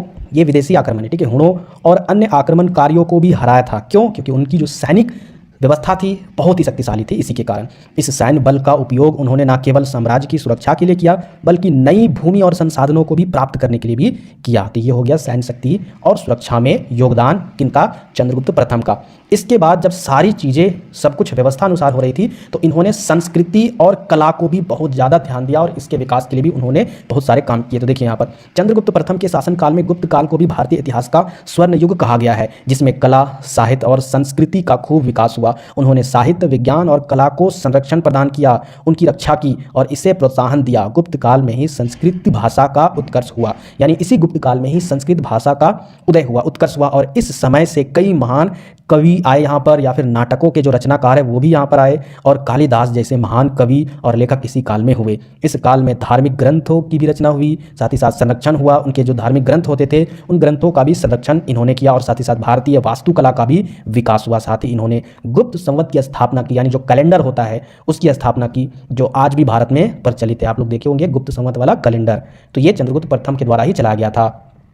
आगे देखिए, सारी व्यवस्था के साथ धार्मिक व्यवस्था को भी कहीं ना कहीं इन्होंने बहुत अच्छे तरीके से रखा था। तो देखिए, चंद्रगुप्त प्रथम का शासन धार्मिक सहिष्णुता। धार्मिक सहिष्णुता कहने का मतलब है कि हम सिर्फ अपने धर्म को यहाँ पर नहीं बल्कि अपने धर्म के अलावे और भी जितने धर्म के लोग हैं उनको भी साथ में सुरक्षित और सही तरीके से रहने का अधिकार देना ही धार्मिक सहिष्णुता कहलाता है। तो चंद्रगुप्त प्रथम का शासन जो था वह धार्मिक सहिष्णुता के लिए भी जाना जाता था, यानी उन्होंने अपने साम्राज्य में हिंदू धर्म के साथ साथ अन्य धर्मों को भी संरक्षण दिया था। गुप्त काल में धार्मिक विविधता, यानी गुप्त काल में क्या था, जिस तरीके से भारत में भी अभी अनेकों धर्म के लोग रहते हैं, विविध प्रकार के धर्म के लोग रहते हैं, उसी तरीके से उस समय भी विविध प्रकार के धर्म के लोग रहते थे, तो उनको भी वहाँ पर रहने का स्थान मिला और धर्म के साथ अस्तित्व देखने को मिला। यानी वहाँ का जो शासन व्यवस्था था, अलग अलग धर्म के लोग भी वहाँ पर रहते थे, उनको भी जगह मिली, साथ ही साथ धर्म के साथ वह अपने अस्तित्व को शुरू भी कर रहे थे, ये भी देखने को मिला। और उन्हीं के शासनकाल में क्या हुआ था, वैदिक धर्म का पुनरुत्थान हुआ था, यानी फिर से इनका उदय हुआ था। साथ ही बौद्ध और जैन धर्म को भी यहाँ पर संरक्षण दिया गया था। इससे सामाजिक एकता, यानी समाज में एकता और धार्मिक सहिष्णुता को बल मिला, जो उनके प्रशासन की एक बड़ी उपलब्धि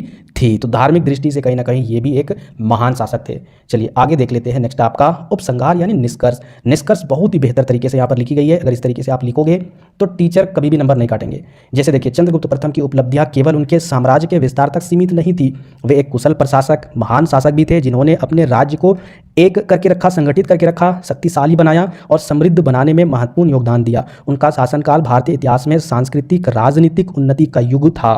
साथ ही साथ उनके द्वारा स्थापित प्रशासनिक ढांचा और सांस्कृतिक संरक्षण के प्रयासों ने भी भविष्य की पीढ़ियों को प्रेरित किया। यानी यहाँ तक यही चीज़ बोला जा रहा है कि चंद्रगुप्त की की जो उपलब्धियां थी वह साम्राज्य के विस्तार तक ही सीमित नहीं थी। कला के क्षेत्र में, सामाजिक या फिर राजनीतिक या फिर सांस्कृतिक क्षेत्र में भी उनका बहुत बड़ा योगदान था। और इसी कारण क्या हुआ कि इनके द्वारा जो भी योगदान रहा, उपलब्धियां रही, इनको देखकर भविष्य की पीढ़ियों को भी प्रेरित किया जा सकता है। उन्हें सीख मिल सकती है कि किस तरीके से एक राज्य को बेहतर बनाने के लिए क्या क्या काम करना चाहिए। चंद्रगुप्त प्रथम की उपलब्धियां भारतीय इतिहास के स्वर्ण युग का आधार थी और उनके योगदान को भारत के इतिहास में सदैव याद किया जाएगा, स्मरण किया जाएगा। तो क्वेश्चन इस तरीके से होने वाले हैं कि विजेता और शासक के रूप में चंद्रगुप्त द्वितीय का मूल्यांकन कीजिए। चंद्रगुप्त द्वितीय विक्रमादित्य की उपलब्धियों पर प्रकाश डाले, या बहुत तरीके से आप पढ़ भी सकते हो खुद से, ठीक है। क्वेश्चन पढ़ने में हम समय व्यर्थ नहीं करते और चंद्रगुप्त द्वितीय की उपलब्धियों का विश्लेषण कीजिए। कुछ भी अगर आपसे क्वेश्चन पूछा जाए तो यही उत्तर लिखना है। सबसे पहले मैप के माध्यम से समझ लेते हैं डिटेल से, ताकि आपका रिवाइन हो जाए। यहाँ पर आपको समझना होगा 3 कलर यहाँ पर दिया हुआ है। तो यहाँ पर ये जो एरिया है पूरा, ये यहाँ से लेकर ये वाला एरिया, ये आपका चंद्रगुप्त प्रथम से लेकर समुद्रगुप्त से लेकर चंद्रगुप्त द्वितीय तक है, साम्राज्य काल गुप्त साम्राज्य का। तो यहाँ पर ये जो आपका ब्लू कलर का जो दिख रहा है डार्क में, ये चंद्रगुप्त प्रथम का साम्राज्य है, मगध वाला एरिया। इसके बाद यहाँ पर ये जो आपका दिख रहा है, ये वाला एरिया आपको पता है इनके जो पुत्र थे समुद्रगुप्त, उनका साम्राज्य है। उसके बाद यहाँ पर ये वाला जो एरिया है, ये कौन सा एरिया है, तो ये आपका चंद्रगुप्त द्वितीय का है, यानी मालवा और गुजरात वाला एरिया। तो हम लोग इसी के बारे में पढ़ेंगे और कुछ और भी चीज़ें देखेंगे। तो सबसे पहले यहाँ पर क्वेश्चन किसी तरीके से अगर पूछा जाए चंद्रगुप्त द्वितीय के बारे में, या फिर अगर विक्रमादित्य भी लिखा रहे, या फिर उनके उपलब्धियों के बारे में अगर पूछे, तो आपको यही आंसर लिखना है। सबसे पहले जीवन परिचय लिखेंगे, और जीवन परिचय में क्या लिखेंगे कि चंद्रगुप्त द्वितीय का जन्म समुद्रगुप्त और उनकी रानी पुत्र के रूप में हुआ है, यानी चंद्रगुप्त समुद्रगुप्त के पुत्र थे और उनकी माता दत्ता देवी थी। वह गुप्त साम्राज्य के संस्थापक चंद्रगुप्त प्रथम के पोते थे, और इनके दादाजी कौन थे, चंद्रगुप्त द्वितीय के चंद्रगुप्त प्रथम। उनके बड़े भाई रामगुप्त पहले गद्दी पर बैठे। किनके बड़े भाई, चंद्रगुप्त द्वितीय के। सबसे पहले इनको बैठाया गया गद्दी पर, लेकिन उन्हें कमजोर और अयोग्य शासक माना गया, मतलब वो कमजोर शासक थे, उतने योग्य नहीं थे। ऐतिहासिक ग्रंथों के अनुसार चंद्रगुप्त द्वितीय ने अपने बड़े भाई का, रामगुप्त इनके बड़े भाई का नाम था, उसको हराया, उनको पराजित किया और स्वयं गुप्त साम्राज्य की बागडोर को संभाल लिए। यहाँ तक कि ये भी सुनने को आ रहा है, ग्रंथों द्वारा ये भी चीज़ लिखा गया है, इतिहासकार ये भी बताते हैं कि अपने बड़े भाई को मारकर, युद्ध में हराकर उनका वध कर दिया और उनके पत्नी के साथ विवाह का संबंध बनाया और साम्राज्य को हासिल किया, यानी साम्राज्य को वह संभालना शुरू कर दिया। चंद्रगुप्त द्वितीय, जिन्हें विक्रमादित्य के नाम से भी जाना जाता है, गुप्त साम्राज्य के एक महान शासक थे। उन्होंने लगभग 375, कहीं पर 374 लिखा रहे हैं तो कोई दिक्कत नहीं है, 375 से 415 ईस्वी तक शासन किया। उन्हें विक्रमादित्य की उपाधि दी गई, जिसका अर्थ है वीरता और ज्ञान का प्रतीक, यानी एक वीर योद्धा या महान वीरता वाले राजा और ज्ञानी वाले राजा, ठीक है। चंद्रगुप्त द्वितीय के शासनकाल को भारतीय इतिहास का स्वर्ण युग माना जाता है। इनके शासनकाल को स्वर्ण युग के नाम से भी जाना जाता है। उनके प्रशासन और विजयों के आधार पर उनका मूल्यांकन निम्नलिखित बिंदुओं में किया जा सकता है। आगे देखिए, अब इनके मूल्यांकन को करते हैं, किस प्रकार से ये विजेता के रूप में उभर कर आए हैं। तो सबसे पहले विजेता के रूप में देखते हैं। विजेता का मतलब होता है कि इन्होंने कौन कौन से राज्य को विजय हासिल किया या फिर अपने देश की, अपने साम्राज्य की अर्थव्यवस्था में सुधार किया। तो सबसे पहले क्षेत्रीय विस्तार कहाँ कहाँ और किस तरीके से किए, इसके बारे में देखते हैं। तो चंद्रगुप्त द्वितीय ने अपने पिता समुद्रगुप्त की विजय नीतियों को आगे बढ़ाते हुए साम्राज्य का और अधिक विस्तार किया। यहाँ पर जो पहला टॉपिक है ना, शक क्षत्रप का विनाश, जो अवंती वाले जो थे शक क्षत्रप, तो इससे पहले उन्होंने जो गणराज्य थे ना उसको अपने कब्जे में लिया, युद्ध करके उनको हरा दिया, क्योंकि उनकी शक्तियाँ ज़्यादा नहीं थी। सबसे पहले उन्होंने गणराज्य को हासिल किया, अपने राज्य में मिला लिया। उसके बाद फिर ये शक क्षत्रपों की ओर बढ़े। उन्होंने पश्चिमी भारत के शक क्षत्रप, जैसे कि क्षत्रप राजा को ही बोला जाता है, तो उनमें से एक राजा थे रुद्र सिंह तृतीय, और इन्होंने इस राजा को हराया और हराकर अपने साम्राज्य में शामिल किया मालवा, गुजरात और सौराष्ट्र जैसे राज्य को। इन विजयों से गुप्त साम्राज्य को पश्चिमी तटीय क्षेत्र का व्यापारिक लाभ मिला, जिससे साम्राज्य की आर्थिक स्थिति सुदृढ़ हुई, यानी आर्थिक व्यवस्था में या फिर अर्थव्यवस्था की दृष्टि से विकास हुआ। क्यों विकास हुआ, मैप के माध्यम से यहाँ पर समझ लेते हैं।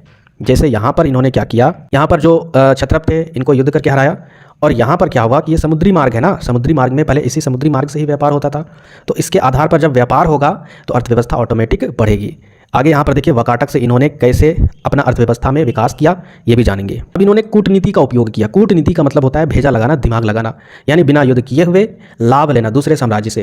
तो चंद्रगुप्त द्वितीय ने मैत्रक और वकाटक जैसे शक्तिशाली राजवंशों से वैवाहिक संबंध बनाए, क्योंकि ये जो राजवंश थे वकाटक और मैत्रक, ये बहुत ही शक्तिशाली राजवंश थे। तो दिमाग लगाकर इन्होंने क्या किया, उनसे विवाह करके वैवाहिक संबंध बनाया।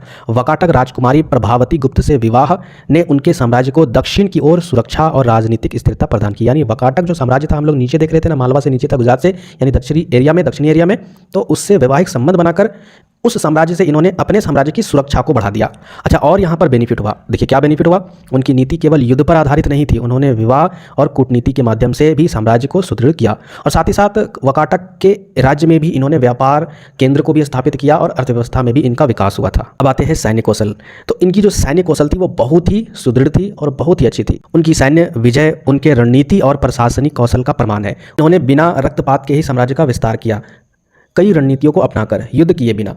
दूसरे नंबर पर देखिए शासक के रूप में, यानी एक शासक के रूप में इन्होंने कैसी कैसी उपलब्धियां हासिल की। तो देखिए पहले पॉइंट्स पर आता है प्रशासनिक दक्षता। चंद्रगुप्त द्वितीय ने एक सुगठित और कुशल प्रशासनिक प्रणाली स्थापित की थी। यानी इनके द्वारा जो भी प्रशासन व्यवस्था समझते हो ना, एक राज्य में जो भी सरकार होता है, सरकार में बहुत सारे मंत्री होते हैं, नीचे से लेकर ऊपर तक कानून व्यवस्था को चलाने के लिए, जनता को कंट्रोल करने के लिए वगैरह वगैरह बहुत सारी चीज़ें होती है। वो सारी चीज़ों को प्रशासनिक व्यवस्था बोला जाता है। तो राजघराने के टाइम में भी, राजवंशों के टाइम में भी प्रशासनिक व्यवस्था होती थी। तो इनकी प्रशासनिक व्यवस्था बहुत ही कुशल थी, बहुत ही अच्छी थी। उनकी प्रशासनिक व्यवस्था का उल्लेख चीनी यात्री फयान ने किया है, जिन्होंने गुप्त काल को स्थिरता और समृद्धि का काल भी बताया है। उनके शासनकाल में कानून व्यवस्था और सुरक्षा का उच्च स्तर था। इनकी शासन व्यवस्था में जो कानून व्यवस्था थी और सुरक्षा, ये बहुत ही हाई लेवल का था, उच्च स्तर का था। अब समझते हैं संस्कृति और कला का संरक्षण। इनके शासनकाल में संस्कृति और कला भी बहुत ज़्यादा विकास की थी। चंद्रगुप्त द्वितीय के शासनकाल में साहित्य, कला और वास्तुकला का अभूतपूर्व विकास हुआ था। इस काल में कालिदास जैसे महान कवि और वराह मिहिर जैसे खगोल शास्त्री यहाँ पर सक्रिय थे, यानी वहीं पर मौजूद थे। खगोलीय शास्त्र का मतलब होता है जो ब्रह्मांड के जो रिसर्च होते हैं ना, जो रिसर्च करते हैं, उनको खगोलीय शास्त्र बोला जाता है। अजंता और एलिफेंटा की गुफाओं का निर्माण इसी काल में ही हुआ था। स्थापत्य कुशलता का यह एक उदाहरण भी है। यानी संस्कृति और कला में भी हमने देखा। इसके अलावा हम देखते हैं धर्म के बारे में। तो धर्म और सहिष्णुता, यानी अन्य राजाओं के जैसे कि इससे पहले जो समुद्रगुप्त थे या फिर चंद्रगुप्त प्रथम थे, दोनों ने धर्म को कहीं ना कहीं सहिष्णुता की दृष्टि से देखा। उसी तरीके से इन्होंने भी देखा। उन्होंने धार्मिक सहिष्णुता को प्रोत्साहन दिया। उनके दरबार में विभिन्न धर्मों के विद्वानों को सम्मान प्राप्त था। जितने भी अलग अलग प्रकार के धर्म के विद्वान थे, जरूरी नहीं कि ये ब्राह्मण धर्म को ही रिस्पेक्ट देते थे, और भी अलग अलग धर्म के जो विद्वान थे या फिर जो भी आम जनता थे, उन सभी को या सहिष्णुता भाव से देखते थे, उनको रिस्पेक्ट करते थे, आदर सम्मान करते थे। वे हिंदू धर्म के अनुयायी थे, लेकिन जैन और बौद्ध धर्म के प्रति भी उनका रवैया सहिष्णु था। आगे देखिए, सहिष्णुता का मतलब मैंने कई वीडियो में बताया है। तीसरे नंबर पर आर्थिक प्रगति, व्यापार और वाणिज्य की दृष्टि से। देखिए व्यापार की दृष्टि से अभी हमने देखा कि किस तरीके से उन्होंने अन्य राज्यों के साथ संबंध बनाकर, वैवाहिक संबंध बनाकर या फिर अन्य राज्यों को हराकर, पराजित करके वहाँ पर व्यापार व्यवस्था को लागू किया। तो शक क्षत्रपों की विजय से गुप्त साम्राज्य को अरब सागर के तटीय क्षेत्र मिले, जो अंतर्राष्ट्रीय व्यापार का केंद्र था। शक क्षत्रप मैंने आपको बताया, वहाँ पर उसको हराकर उसके साम्राज्य में अरब सागर के किनारे जो क्षेत्र है, वहाँ पर उन्होंने व्यापार का केंद्र स्थापित किया। इस समय सिल्क रूट पर गुप्त साम्राज्य का प्रभाव बढ़ गया। इस समय सिल्क रूट पर गुप्त साम्राज्य का प्रभाव भी बढ़ा। और इसके अलावा सोने और चांदी के सिक्कों का प्रचलन उनकी आर्थिक समृद्धि को भी दर्शाता है। चंद्रगुप्त द्वितीय के शासनकाल में व्यापार और वाणिज्य अपने चरम पर था। यानी चंद्रगुप्त द्वितीय के टाइम में व्यापार व्यवस्था बहुत ही तेजी से हो रही थी। रोम, दक्षिण पूर्वी एशिया और मध्य एशिया के साथ व्यापारिक संबंध स्थापित किए गए। पश्चिमी तटों पर समुद्री व्यापार मार्गों का नियंत्रण प्राप्त होने से विदेशी व्यापार में भी वृद्धि हुई। और पश्चिमी जो तट थे, समझते हो ना, पश्चिमी तट, उत्तर, दक्षिण, पूरब, पश्चिम वाला, ये मालवा वाला जो तट था, गुजरात वाला जो इलाका था, आज भी गुजरात वाला इलाका व्यापार की दृष्टि से ही जाना जाता है। तो पश्चिमी तटों पर समुद्री व्यापार मार्गों का नियंत्रण प्राप्त होने से विदेशी व्यापार में भी वृद्धि हुई। उनके शासन काल की सोने की मुद्राएं, जिसे गुप्त सिक्के के भी नाम से जाना जाता है, उनकी आर्थिक समृद्धि का भी प्रमाण है। गुप्त सिक्कों पर अंकित चित्रकारी और डिजाइन कला के उत्कृष्ट उदाहरण है। और सिक्कों को देखकर भी यह अनुमान लगाया जा सकता है कि कितना विकास हुआ होगा उस शासनकाल में अर्थव्यवस्था के दृष्टि से। अब देखते कृषि और कर व्यवस्था, कृषि और टैक्स व्यवस्था कैसी थी। तो कृषि उत्पादन और कर संग्रहालय प्रणाली उनके शासनकाल में अत्यंत संगठित थी, जिससे साम्राज्य समृद्ध हुआ। यानी यहाँ की जो कृषि का उत्पादन था और जो टैक्स व्यवस्था थी किसानों के लिए या आम जनता के लिए बहुत ही अच्छी थी, जिससे साम्राज्य समृद्ध हुआ। चंद्रगुप्त द्वितीय की मृत्यु 415 ईस्वी के आसपास में हुई। उनकी मृत्यु के बाद उनके पुत्र कुमारगुप्त प्रथम ने गुप्त साम्राज्य की बागडोर संभाल ली। तो इस तरीके से आप चंद्रगुप्त द्वितीय के बारे में, उनके उपलब्धियों के बारे में, उनके साम्राज्य के बारे में, या प्रशासन व्यवस्था, या कुछ भी अगर क्वेश्चन पूछा जाए चंद्रगुप्त द्वितीय से रिलेटेड, आप लिख सकते हो बहुत ही सिंपल तरीके से। और कुछ अपने से भी बढ़ा सकते हो इसमें। बाकी निष्कर्ष के तौर पर आप यही चीज़ लिख सकते हो कि चंद्रगुप्त द्वितीय ने अपने साम्राज्य को न केवल क्षेत्रीय विस्तार दिया, बल्कि उसे सांस्कृतिक, आर्थिक और प्रशासनिक रूप से भी सुदृढ़ किया। एक विजेता के रूप में उनकी सफलताएं उन्हें भारतीय इतिहास के महानतम शासकों में स्थान दिलाती है। वहीं एक शासक के रूप में उनकी नीतियाँ और प्रशासन ने गुप्त साम्राज्य को स्वर्ण युग में पहुँचाया। हर्षवर्धन की केंद्रीय व्यवस्था या फिर प्रशासन व्यवस्था या फिर केंद्रीय व्यवस्था एवं प्रांतीय व्यवस्था। इस तरीके से अगर कहीं भी क्वेश्चन आपसे पूछा जाए, अगर आपको समझ में नहीं आएगा, कहीं भी अगर क्वेश्चन में ये सेंट्रल एडमिनिस्ट्रेशन या फिर अगर यही वर्ड नजर आए, एडमिनिस्ट्रेशन अगर कहीं भी नजर आए, तो सीधा आंसर आपको यही लिखना है, यानी प्रशासन कहीं भी नजर आए। इसकी प्रशासन व्यवस्था किस तरीके से थी उसी को आपको पॉइंट वाइज में एक्सप्लेन करना है। सबसे पहले आपको कुछ परिचय देना होगा कि हर्षवर्धन जो 606 ईस्वी से 647 ईस्वी तक शासन करते रहे, उत्तर भारत के एक महान शासक माने जाते हैं। उनके शासनकाल में प्रशासनिक व्यवस्था को मजबूत और संगठित रूप से देखा गया, यानी इनकी जो प्रशासनिक व्यवस्था थी वो बहुत ही मजबूत थी और संगठित थी। उनकी केंद्रीय और प्रांतीय प्रशासन व्यवस्था भारतीय प्रशासन के इतिहास में एक महत्वपूर्ण स्थान रखती है। यह व्यवस्था गुप्त काल की प्रशासन प्रणाली पर आधारित थी, यानी ये जो हर्षवर्धन का प्रशासन व्यवस्था या फिर प्रणाली जो थी वह किससे मैच करती थी, तो वह गुप्त काल के प्रशासन व्यवस्था से मैच करती थी, उसी पर आधारित थी। लेकिन इसमें हर्षवर्धन ने कुछ सुधार भी किए और इस प्रकार हम लोग यहाँ पर देखेंगे हर्षवर्धन की केंद्रीय और प्रांतीय प्रशासन व्यवस्था का विस्तृत विवरण या फिर वर्णन पॉइंट वाइज दिया गया है। तो यहाँ पर देखिए, सबसे पहले हम लोग देखते हैं केंद्रीय प्रशासन व्यवस्था। तो हर्षवर्धन ने अपने साम्राज्य को प्रभावी ढंग से चलाने के लिए एक संगठित केंद्रीय प्रशासन विकसित किया था। केंद्रीय प्रशासन का प्रमुख उद्देश्य पूरे साम्राज्य में स्थिरता और एकता बनाए रखना था। इनमें से निम्नलिखित तत्व शामिल थे, जैसे कि केंद्रीय प्रशासन को एकता या फिर संगठित रूप से या फिर उसको स्थिरता बनाए रखने के लिए पूरे साम्राज्य को कई अंग थे, कई अंगों का निर्माण किया गया था, जिनमें से आपका राजा भी था। ठीक है, केंद्रीय व्यवस्था में हर्षवर्धन अपने साम्राज्य के सर्वोच्च शासक थे। वे सैन्य, न्यायिक और प्रशासनिक सभी प्रकार की शक्तियों का केंद्र थे, यानी जो राजा होता था वो सर्वोपरि होता था, वो साम्राज्य के सर्वोच्च यानी सबसे ऊंचे शासक होते थे। वे सैनिक यानी सैन्य व्यवस्था या फिर न्यायिक व्यवस्था यानी जो न्याय प्रणाली थी, किसी तरीके से अगर न्याय का फैसला सुनाना हो, इन सभी प्रशासनिक प्रकार की शक्तियों का केंद्र राजा के पास था। राजा को धर्मपाल यानी धर्म का रक्षक और राजाधिराज यानी राजाओं का राजा कहा जाता था। हर्षवर्धन ने न केवल अपनी शक्ति का उपयोग प्रशासन चलाने के लिए किया, बल्कि धार्मिक और सांस्कृतिक उत्थान के लिए भी किया। दूसरे नंबर पर आते हैं मंत्रिपरिषद।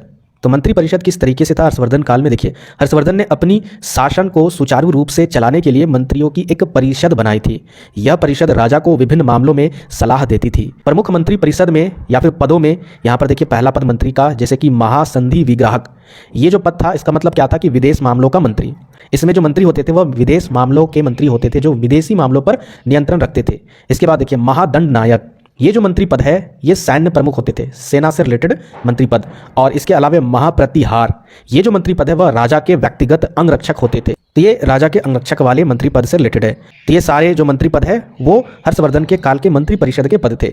अब आगे देखिए नेक्स्ट आपका राजस्व व्यवस्था। अच्छा, एक और बात यहाँ पर हमने ऐड नहीं किया है, लिखा नहीं है, आप इसे लिख लीजिएगा कि हर्षवर्धन काल में जो उनके केंद्रीय व्यवस्था में या फिर प्रशासनिक व्यवस्था में जो मंत्री पद होता था, तो मंत्री क्या करते थे, विपक्ष के जैसा, जैसे कि अभी के टाइम में भारतीय जनता पार्टी क्या है, केंद्र सरकार में बैठी हुई है, सॉरी भारतीय जनता पार्टी नहीं है, एनडीए की गठबंधन की सरकार है, तो वो क्या है, वो केंद्र में बैठी हुई है, सरकार बनाई है, तो उसके विपक्ष में कौन है, कांग्रेस है। तो विपक्ष का काम क्या होता है, सरकार किसी तरीके से गलत काम ना करे, जनता के हितों के लिए सारा कुछ करे, तो वो सारा कंट्रोल कौन करता है, विपक्ष करता है। विपक्ष जितना ताकतवर होता है देश उतना ही मजबूत होता है।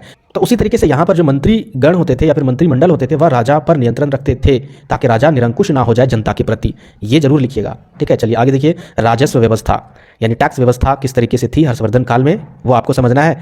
कर संग्रह हर्षवर्धन यानी जो टैक्स जमा होता था तो हर्षवर्धन के शासन का महत्वपूर्ण यह हिस्सा था, कर संग्रह। कृषि कर, व्यापार कर और अन्य प्रकार के करों से राजस्व प्राप्त होता था। किसानों को अपनी उपज का छठा भाग, अच्छा किसानों को कितना टैक्स दिया जाता था, तो अपनी उपज का छठा भाग दिया जाता था। देखिए छठा भाग राज्य को कर के रूप में देना होता था। कर संग्रह का उपयोग राज्य के प्रशासन, सेना और सार्वजनिक कार्यों जैसे सड़क निर्माण और धर्मशालाओं की स्थापना में किया जाता था। यानी जो टैक्स जमा होता था उनका कहां पर इस्तेमाल किया जाता था, सेना व्यवस्था में या फिर सार्वजनिक कार्य में, जो भी बहुत सारे समाज में समाज के कल्याण के लिए जो भी काम होते थे उन सभी कामों में होते थे। साथ ही साथ सड़क निर्माण में भी किए जाते थे और इसके अलावा जो धर्मशालाओं का निर्माण होता था उनमें भी किया जाता था। अब आते हैं फोर्थ नंबर, न्याय व्यवस्था किस तरीके से थी यहाँ की न्याय व्यवस्था। तो हर्षवर्धन ने न्याय व्यवस्था पर विशेष ध्यान दिया। न्याय का प्रमुख स्रोत धर्मशास्त्र और राजा का आदेश था। यानी यहाँ न्याय किस चीज़ से करते थे, तो धर्मशास्त्र के आधार पर करते थे या फिर राजा का जो भी आदेश होता था उस आदेश के आधार पर करते थे। हर्ष के समय में राजद्रोह के लिए आजीवन कारावास का सजा सुनाया जाता था। जो भी राजद्रोह होते थे यानी देशद्रोह होते थे उनको आजीवन कारावास सुनाई जाती थी। सामाजिक अपराध के लिए क्या किया जाता था, अंग को काट दिया जाता था। जैसे कि सामाजिक अपराध में जैसे कि आपका चोरी हो गया या फिर किसी से लड़ाई हो गया जिसमें आप अपराधी पालिए, तो इसी तरीके से अलग अलग जो भी अपराध होते थे सामाजिक तौर पर उसमें अंग को काट दिया जाता था। साथ ही साथ देश निकाल का भी दंड दिया जाता था। गंभीर अपराधों के लिए मृत्यु दंड भी दिया जाता था। पुलिस के अधिकारियों को दंडिक व फिर दंडपाशिक कहा जाता था। तो ये हो गया न्यायिक व्यवस्था। अब आगे देखते हैं सेना व्यवस्था। सेना हर्षवर्धन के केंद्रीय प्रशासन का एक मजबूत स्तंभ थी। सेना जो है वो, चाहे वो हर्षवर्धन हो या फिर कोई भी प्रशासन व्यवस्था हो, सेना मजबूत है तो वो साम्राज्य भी मजबूत है। उसी तरीके से यहाँ भी सेना जो है वो हर्षवर्धन के केंद्रीय प्रशासन का एक मजबूत स्तंभ थी।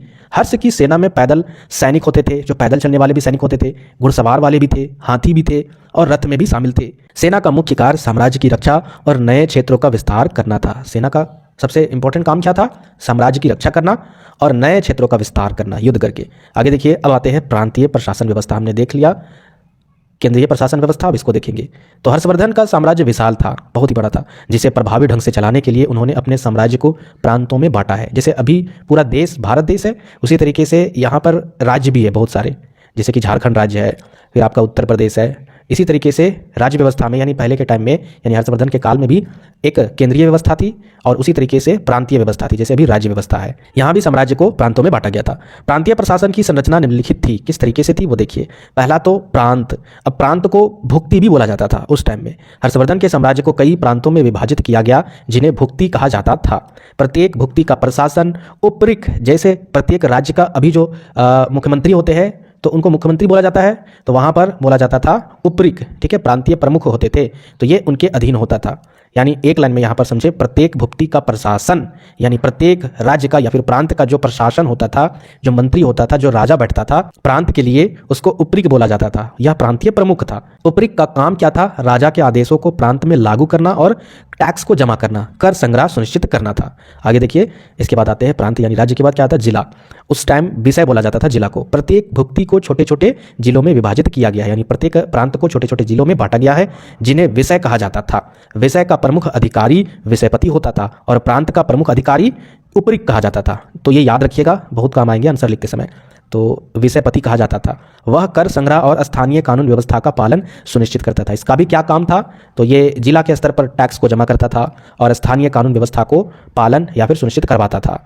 आगे देखिए, इसके बाद आइएगा नीचे, गांव यानी ग्रामीण, ग्राम व्यवस्था। विषय को और अधिक छोटे भागों में बांटकर गांव में विभाजित किया गया था। जो भी जिला था उसको छोटे छोटे भागों में गांव में बांटा गया था। गांव प्रशासन का प्रमुख अधिकारी ग्रामीक कहलाता था और गांव प्रशासक का जो प्रमुख अधिकारी था वह ग्रामीक कहलाता था। ग्रामीक जो था वह ग्रामीण जनता के विवादों का समाधान करता था। यानी गांव में, गांव की जो जनता होती थी, जैसे कि अभी के टाइम में गांव की जो मुखिया होते हैं वो क्या करते हैं, गांव की समस्या या फिर गांव से रिलेटेड जो भी चीज़ें होती है उन सभी चीज़ों को वो सुलझाते थे, समाधान करते थे। उसी तरीके से यहाँ पर भी जो ग्रामीक होता था वह एक मुखिया का रोल निभाता था, ठीक है। और किसानों से कर यानी टैक्स जमा करवाता था और कर उच्च अधिकारियों तक पहुँचाता था।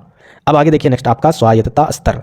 अब ये गांव से भी नीचे कौन सा स्तर था? हाँ, एक और स्तर था और यही तो क्वालिटी है हर्षवर्धन काल की, हर्षवर्धन के साम्राज्य व्यवस्था की। स्वायत्ता एक वर्ड में समझिए, यानी खुद से कोई भी मामला हो छोटे छोटे उसको सुलझाना, खुद से सुलझाना, स्वयं से सुलझाना, तो उससे रिलेट कीजिएगा स्वायत्ता का स्तर। यानी ग्राम और स्थानीय प्रशासन में स्वायत्ता को प्राथमिकता दी गई थी। गाँव के लोग अपने छोटे छोटे मामलों को खुद से सुलझाते थे, इसलिए इसको स्वायत्ता का स्तर बोला जाता है। चलिए, अब कुछ गुण भी लिख दीजिएगा, प्रशासन के प्रमुख गुण भी लिख दीजिएगा। यानी ये जो हर्षवर्धन की प्रशासनिक व्यवस्था थी इसकी क्या क्या क्वालिटी थी, क्या गुण था, क्या खूबी थी? तो पहला खूबी था कि ये केंद्रीकरण और विकेंद्रीकरण का संतुलन था। कहने का मतलब है यहाँ पर केंद्रीकरण मतलब जैसे कि केंद्र पर जो राजा था और साथ ही साथ जो प्रांत में राजा था, फिर आपका विषय आ जाता है यानी जिला, फिर आपका आ जाता है ग्राम, फिर आ जाता है स्वायत्ता। तो जरूरी नहीं कि यहाँ पर जो हर्षवर्धन थे वो केंद्र पर ही राज्य करके सब पर कंट्रोल करते थे, कहीं ना कहीं वो सभी को शक्ति प्रदान किए थे। विकेंद्रीकरण क्या होता है? आज के टाइम हम लोग इसको यूज करते हैं, पॉलिटिकल साइंस पढ़े हो ना क्लास 10th में। विकेंद्रीकरण मतलब होता है अपनी शक्तियों को बांटना। तो यहाँ पर ये सबसे अच्छी खासियत थी इस राज्य व्यवस्था में कि इन्होंने पूरे तरीके से, हर्षवर्धन ने केंद्रीकरण और विकेंद्रीकरण के बीच संतुलन बनाए रखा था। केंद्रीय प्रशासन का नियंत्रण तो मजबूत था ही, यानी सेंट्रल के तौर पर बहुत ही मजबूत था, लेकिन उसका दुरुपयोग ये नहीं किए। इसके अलावा उन्होंने स्थानीय स्तर तक भी स्वायत्ता यानी उनको शक्ति दी कि आप अपने मामले खुद से सुलझा सकते हैं, सभी को शक्ति प्रदान किए थे। ये पहली क्वालिटी है। इसके अलावा दूसरी क्वालिटी देखिए, धर्म का महत्व। यानी हर्षवर्धन का प्रशासन धर्म आधारित था। वे बौद्ध धर्म के अनुयायी थे और उनके शासनकाल में धार्मिक सहिष्णुता को बढ़ावा मिला। यानी हर्षवर्धन जो थे वो सारे धर्मों को रिस्पेक्ट करते थे। धार्मिक व्यवस्था के आधार पर ही इनका शासन व्यवस्था था, प्रशासन व्यवस्था था, और ये बौद्ध धर्म के अनुयायी थे। सभी धर्मों का यह रिस्पेक्ट करते थे। सभी को इनके राज्यपाल में, इनके राज्यपाठ में सभी धर्मों को यहाँ पर आदर सम्मान मिलता था। इसके अलावा ये लास्ट गुण है जनहितकारी कार्य। यानी हर्षवर्धन ने अपने शासनकाल में धर्मशालाएं, अस्पताल और शिक्षा केंद्र स्थापित किए। उनके शासन में कला, साहित्य और संस्कृति को प्रोत्साहन मिला। यानी ये जो काम किए अपने राज्य पाठ में वो सबसे ज़्यादा जनता के हित के लिए ही काम किए, यही चीज़ आपको यहाँ पर मेंशन करना है। और क्या क्या काम किए, किस चीज़ में इन्होंने सबसे ज़्यादा प्रोत्साहन दिया, वो यहाँ पर लिखा गया है। निष्कर्ष के तौर पर आप अपने से भी लिख सकते हो, जरूरी नहीं यही चीज़ यहाँ पर जो मेंशन है वही लिखना है। हालांकि मैं पढ़ के बता दे रहा हूँ, हर्षवर्धन की केंद्रीय और प्रांतीय प्रशासन व्यवस्था एक संगठित और प्रभावी प्रणाली थी। यह न केवल राजनीतिक स्थिरता प्रदान करती थी बल्कि समाज में आर्थिक और सांस्कृतिक समृद्धि को भी बढ़ावा देती थी। उनके शासनकाल में प्रशासनिक ढांचे में राजा का नियंत्रण मजबूत था, लेकिन स्थानीय स्तर पर स्वायत्तता देकर उन्होंने प्रशासन को सरल और जन के हितों के लिए बनाया। हर्षवर्धन की इस व्यवस्था ने भारतीय इतिहास में एक आदर्श प्रशासनिक मॉडल पेश किया। तो इस तरीके से आप निष्कर्ष लिख सकते हो। मोस्ट इंपॉर्टेंट क्वेश्चन है, हर्षवर्धन के विजयों का वर्णन करें या फिर हर्षवर्धन के साम्राज्य का विस्तार करे, मतलब हर्षवर्धन के साम्राज्य के विस्तार को स्पष्ट करे, वर्णन करे, या फिर हर्षवर्धन के उपलब्धियों के बारे में बताए, या फिर भारत के शासक के रूप पर हर्षवर्धन का मूल्यांकन करे। बहुत तरीके से यहाँ पर क्वेश्चन को पूछा जा सकता है, अलग अलग तरीके से। जहाँ भी हर्षवर्धन अगर क्वेश्चन पूछे, बिना सोचे समझे ये क्वेश्चन आप याद करके रखिएगा, समझ कर रखिएगा, पॉइंट्स को याद करके रखिएगा, और इसी क्वेश्चन के आंसर को आपको वहाँ पर सीधा ठोक देना है। देखिए, इस काल के बारे में अगर बात करें या फिर इस वंश यानी इनके जो वंशज है, उस वंश को बोला जाता है पुष्पभूति वंश। जैसे मौर्य काल वाले को मौर्य वंश बोला जाता है, कुषाण वाले को कुषाण वंश बोला जाता है, उसी तरीके से इनको पुष्पभूति वंश बोला जाता है। तो ये किस वंश से बिलोंग करते हैं? पुष्पभूति वंश से बिलोंग करते हैं, याद हो गया होगा। तो इनका वंश या फिर इनका जो साम्राज्य स्टार्ट हुआ है, तो ये कब से हुआ है? तो कई किताबों में अगर आप पढ़िएगा, पढ़ने वाले स्टूडेंट होंगे, तो अगर किसी राइटर का किताब पढ़िएगा तो आपको पता चलेगा ये जो है वो गुप्त काल के पतन के बाद जो छोटे छोटे राज्य बचे हुए थे, ठीक है, गुप्त वंश से रिलेटेड नहीं थे, लेकिन ये सीमांत वाले राज्य थे, वही फिर अपने साम्राज्य को विस्तार किए भारत में, ये कहा जाता है। आपकी मर्जी करे वो आंसर में लिखिएगा, नहीं करे नहीं लिखिएगा, जो यहाँ पर लिखा हुआ है उसी को लिखिएगा। तो चलिए इसको स्टार्ट करते हैं। हर्षवर्धन 590 से लेकर 647 ईस्वी, या फिर ये भी आप लिख सकते हो क्योंकि मैक्सिमम जगह पर ये हमें मिला है, ठीक है। किसी किसी राइटर की किताब में ये मिलेगा और मैक्सिमम जगह पर ये मिलेगा। तो उन्होंने 606 से लेकर 647 ईस्वी तक उत्तर भारत पर शासन किया। उत्तर भारत समझते हो ना, मैंने कई वीडियो में मैप को बताया है। तो उत्तरी भारत में इन्होंने 606 ईस्वी से लेकर 647 तक शासन किया। हर्षवर्धन ने भारतीय इतिहास के महत्वपूर्ण सम्राटों में से ये एक सम्राट थे, यानी महान सम्राट बहुत सारे आप लोग देखे, इतिहास आप पढ़ते आ रहे हो, तो उन सभी महान सम्राटों में इनका भी नाम लिया जाता है। वे पुष्पभूति वंश के शासक थे जिन्होंने उत्तरी भारत के एक बड़े हिस्से पर शासन किया। हर्षवर्धन के विजय अभियानों ने उन्हें भारत के अंतिम महान हिंदू सम्राटों में से एक बना दिया। यानी ये जो जिस तरीके से अपने साम्राज्य का विस्तार कर रहे थे और हर एक क्षेत्र में, चाहे युद्ध के क्षेत्र में हो या फिर संस्कृति के क्षेत्र में हो, विजय हासिल कर रहे थे, इन सभी विजयों से उन्हें हिंदू राष्ट्र का एक महान राजा बना दिया था, शासक बना दिया था। उनका शासनकाल संस्कृति, धर्म और साहित्य उन्नति के लिए प्रसिद्ध है। यानी इनका जो शासनकाल है वो संस्कृति, धर्म और साहित्य के विकास के लिए बहुत ही ज़्यादा प्रसिद्ध था। उनके विजय अभियानों ने राजनीतिक स्थिरता प्रदान करने के लिए, साथ ही साथ भारत की एकता को मजबूत करने के लिए ही माना जाता है। इनका जो शासनकाल था वो इसी के लिए माना जाता है। यहाँ उनके विजय अभियानों का विस्तृत वर्णन किया गया है, जो मैं आपको नीचे भी बताऊंगा। सबसे पहले उससे पहले इनके परिचय के बारे में देख लेते हैं कि हर्षवर्धन कहाँ से राजा बना, कौन था, कैसे राजा बना। तो देखिए, हर्षवर्धन के पिता प्रभाकर वर्धन थे। ये जो इनके पिता थे वह थानेश्वर के राजा थे, और उनके दो पुत्र थे, एक राज्यवर्धन और दूसरा हर्षवर्धन। यानी हर्षवर्धन दो भाई थे, ठीक है, राज्यवर्धन और हर्षवर्धन, और एक बहन थी जिसका नाम था राज्यश्री। पिता की मृत्यु के बाद राजगद्दी पर उनके बड़े भाई विराजमान हुए, यानी उनकी गद्दी पर बैठे। लेकिन दुर्भाग्यवश क्या हुआ, एक राजा है जिसका नाम है शशांक, जो गौड़ के शासक थे, ठीक है। तो इन्होंने क्या किया, इनके बड़े भाई यानी हर्षवर्धन के बड़े भाई को इन्होंने, जो शशांक राजा थे, षड्यंत्र रचकर राज्यवर्धन की हत्या कर दी।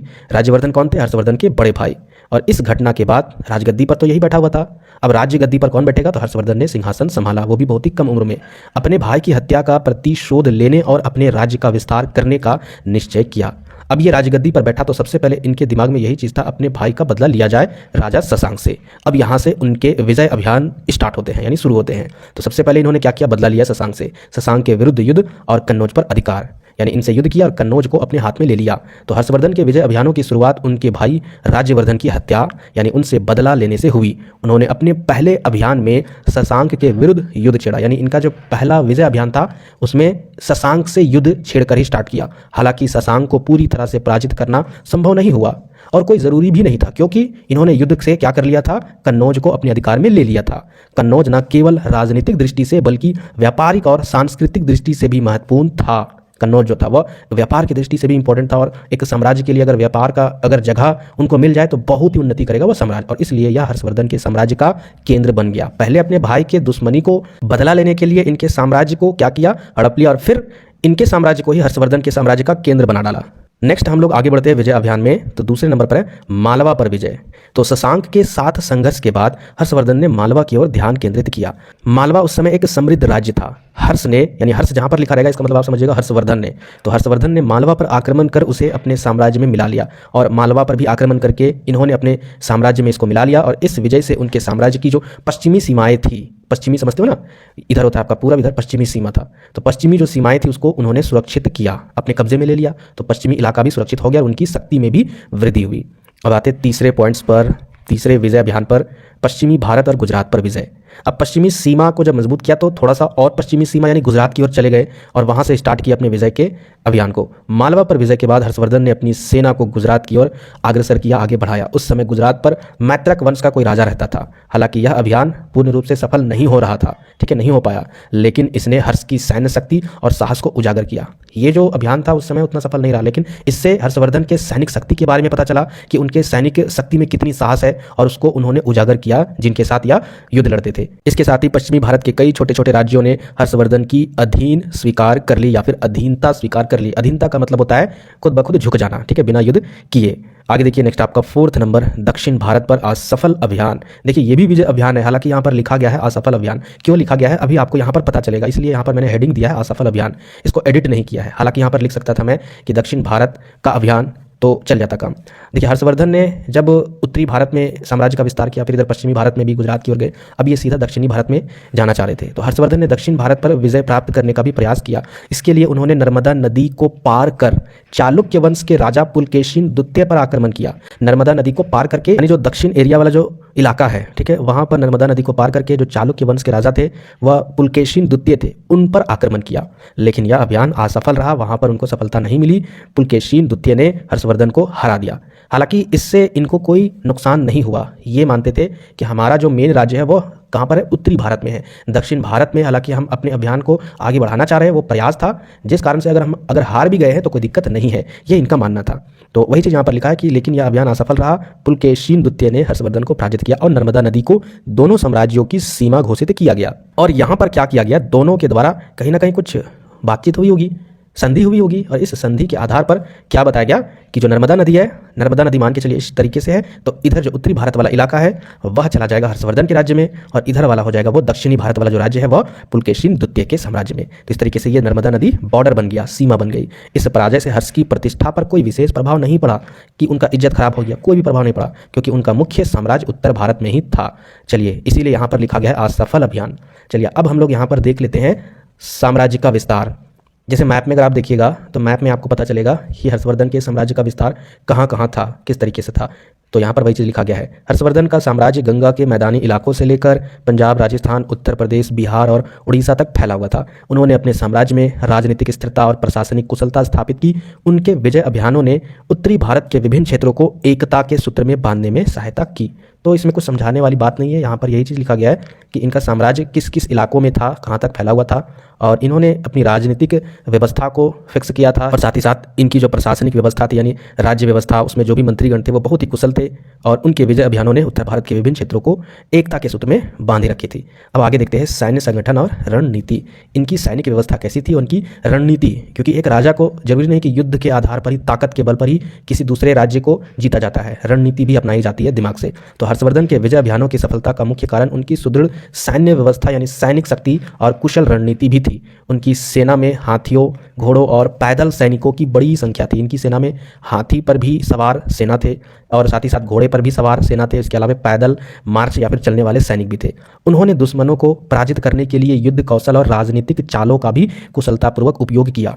यानी दिमाग से भी युद्ध को जीता जाता है, हथियार से भी जीता जाता है, सैनिक से भी जीता जाता है, दोनों तरीके से हुआ और दोनों चीज़ों का कुशलतापूर्वक उन्होंने उपयोग किया था। हर्ष ने कई बार अपने दुश्मनों के साथ संधियां भी की है, जिससे उनके अभियान में सफलता मिली है। इसके बाद इसके जो शासनकाल के जो राजनीतिक दृष्टिकोण है उसको देख लेते हैं। तो हर्षवर्धन केवल एक योद्धा ही नहीं बल्कि कुशल प्रशासक और राजनेता भी थे। उन्होंने विजय प्राप्त करने के बाद अपने विजित यानी जो क्षेत्र वो जीत चुके थे स्थिरता और शांति स्थापित की। यानी जिन साम्राज्य को, जिन राज्यों को उन्होंने जीता वहाँ पर वो स्थिरता स्थापित किए, शांति स्थापित की। यानी जो भी आंदरूनिक लड़ाई झगड़े जो भी होते होंगे उसमें उन्होंने शांति स्थापित की। उन्होंने धार्मिक सहिष्णुता का परिचय देते हुए सभी धर्मों के प्रति सम्मान दिखाया। यानी हर्षवर्धन भी सभी धर्मों का आदर सम्मान करते थे। उनके दरबार में चीनी यात्री ह्वेनसांग ने भी उनके न्यायप्रिय शासन और धार्मिक सहिष्णुता की प्रशंसा की। यानी इनके दरबार में जो चीनी यात्री ह्वेनसांग आए हुए थे, तो ये भी इनके साम्राज्य या फिर इनकी जो शासन व्यवस्था थी और इनकी जो धार्मिक सहिष्णुता थी, उनकी तारीफ करते थे। वाकई में ये जो राजा है वो बहुत ही अच्छा राजा है, जो सभी धर्मों का आदर और सम्मान करते हैं। आगे आते हैं विजय अभियानों का प्रभाव। जो विजय अभियान थे उनका क्या प्रभाव पड़ा, तो देखिए हर्षवर्धन के विजय अभियानों का भारतीय इतिहास पर गहरा प्रभाव पड़ा।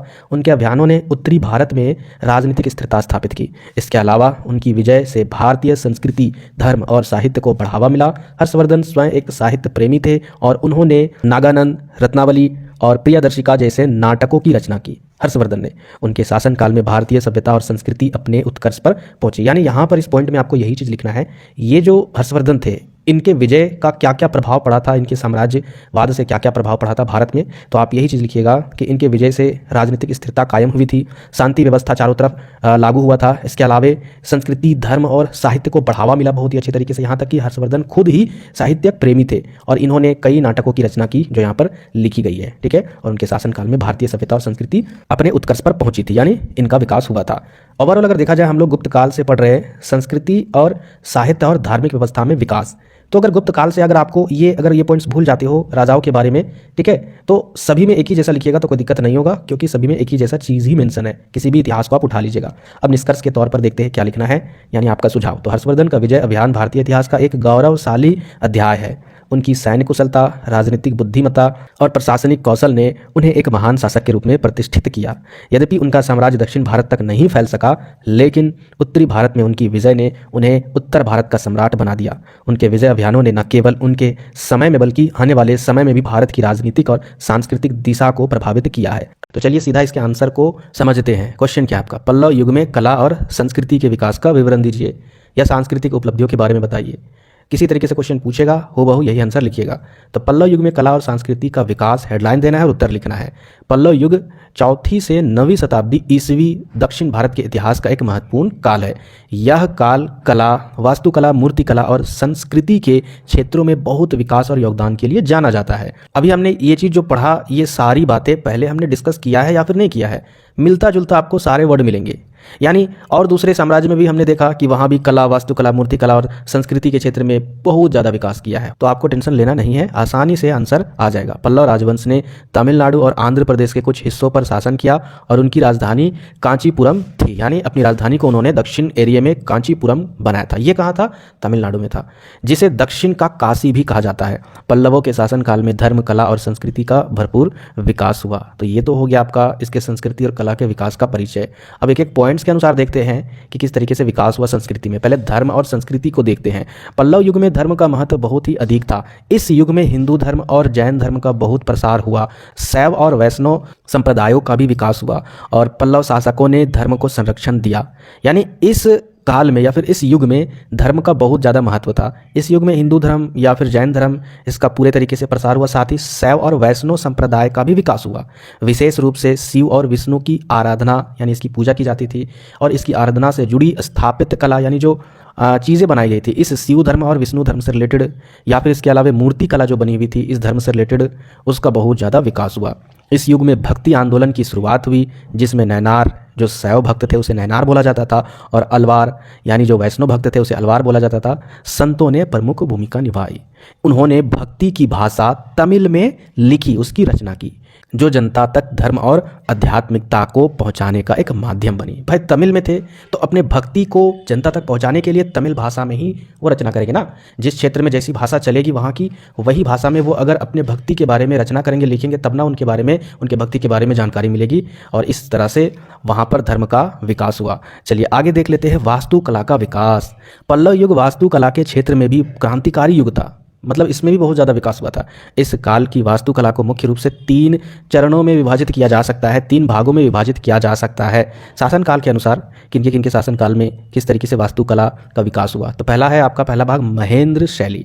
तो इनके शासनकाल में, किनके? महेंद्र वर्मन प्रथम के शासनकाल में, जो वास्तुकला विकसित हुई, विकास हुआ, उसका नाम महेंद्र शैली बोला गया। यानी पल्लव वास्तुकला की शुरुआत महेंद्र वर्मन प्रथम 600 से 630 ईस्वी के शासनकाल से मानी जाती है।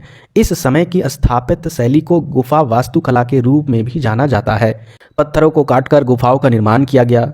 यानी यहाँ पर ऐसे ऐसे वास्तुकला होते थे जिसमें पत्थर जो होते होंगे, यानी पहाड़ में जो पत्थर होंगे उसको काटकर गुफा का निर्माण किया गया। और साथ ही मंदगप पट्टू, देखिए ये दक्षिणी एरिया का भाषा है, ये टफ लैंग्वेज नहीं है। अब उधर का भाषा वैसा ही रहेगा, हम लोग समझ नहीं पाएंगे। तो मंदगप पट्टू गुफा मंदिर, ठीक है, ये एक गुफा मंदिर है, इस शैली का प्रमुख उदाहरण है। यानी ये जो मंदिर है वह पत्थर को काट कर बनाई गई है। यह मंदिर बिना किसी लकड़ी, ईंट या धातु के सहारे के है। और इसको कैसे बनाया गया? पत्थर को काटकर बनाया गया है। दूसरे नंबर पर यानी दूसरा भाग है, यहाँ पर मैंने कलर करना भूल गया, इसको हाईलाइट करना, ये दूसरा हिस्सा है वास्तुकला का, ये दूसरा भाग है। तो इसको बोलेंगे नरसिंह शैली, यानी नरसिंह वर्मन प्रथम का काल का शैली। इस काल में चट्टानों को काटकर स्वतंत्र मंदिर बनाए गए, वहाँ पर गुफा बनाई गई, यहाँ पर मंदिर बनाए गए चट्टानों को काटकर।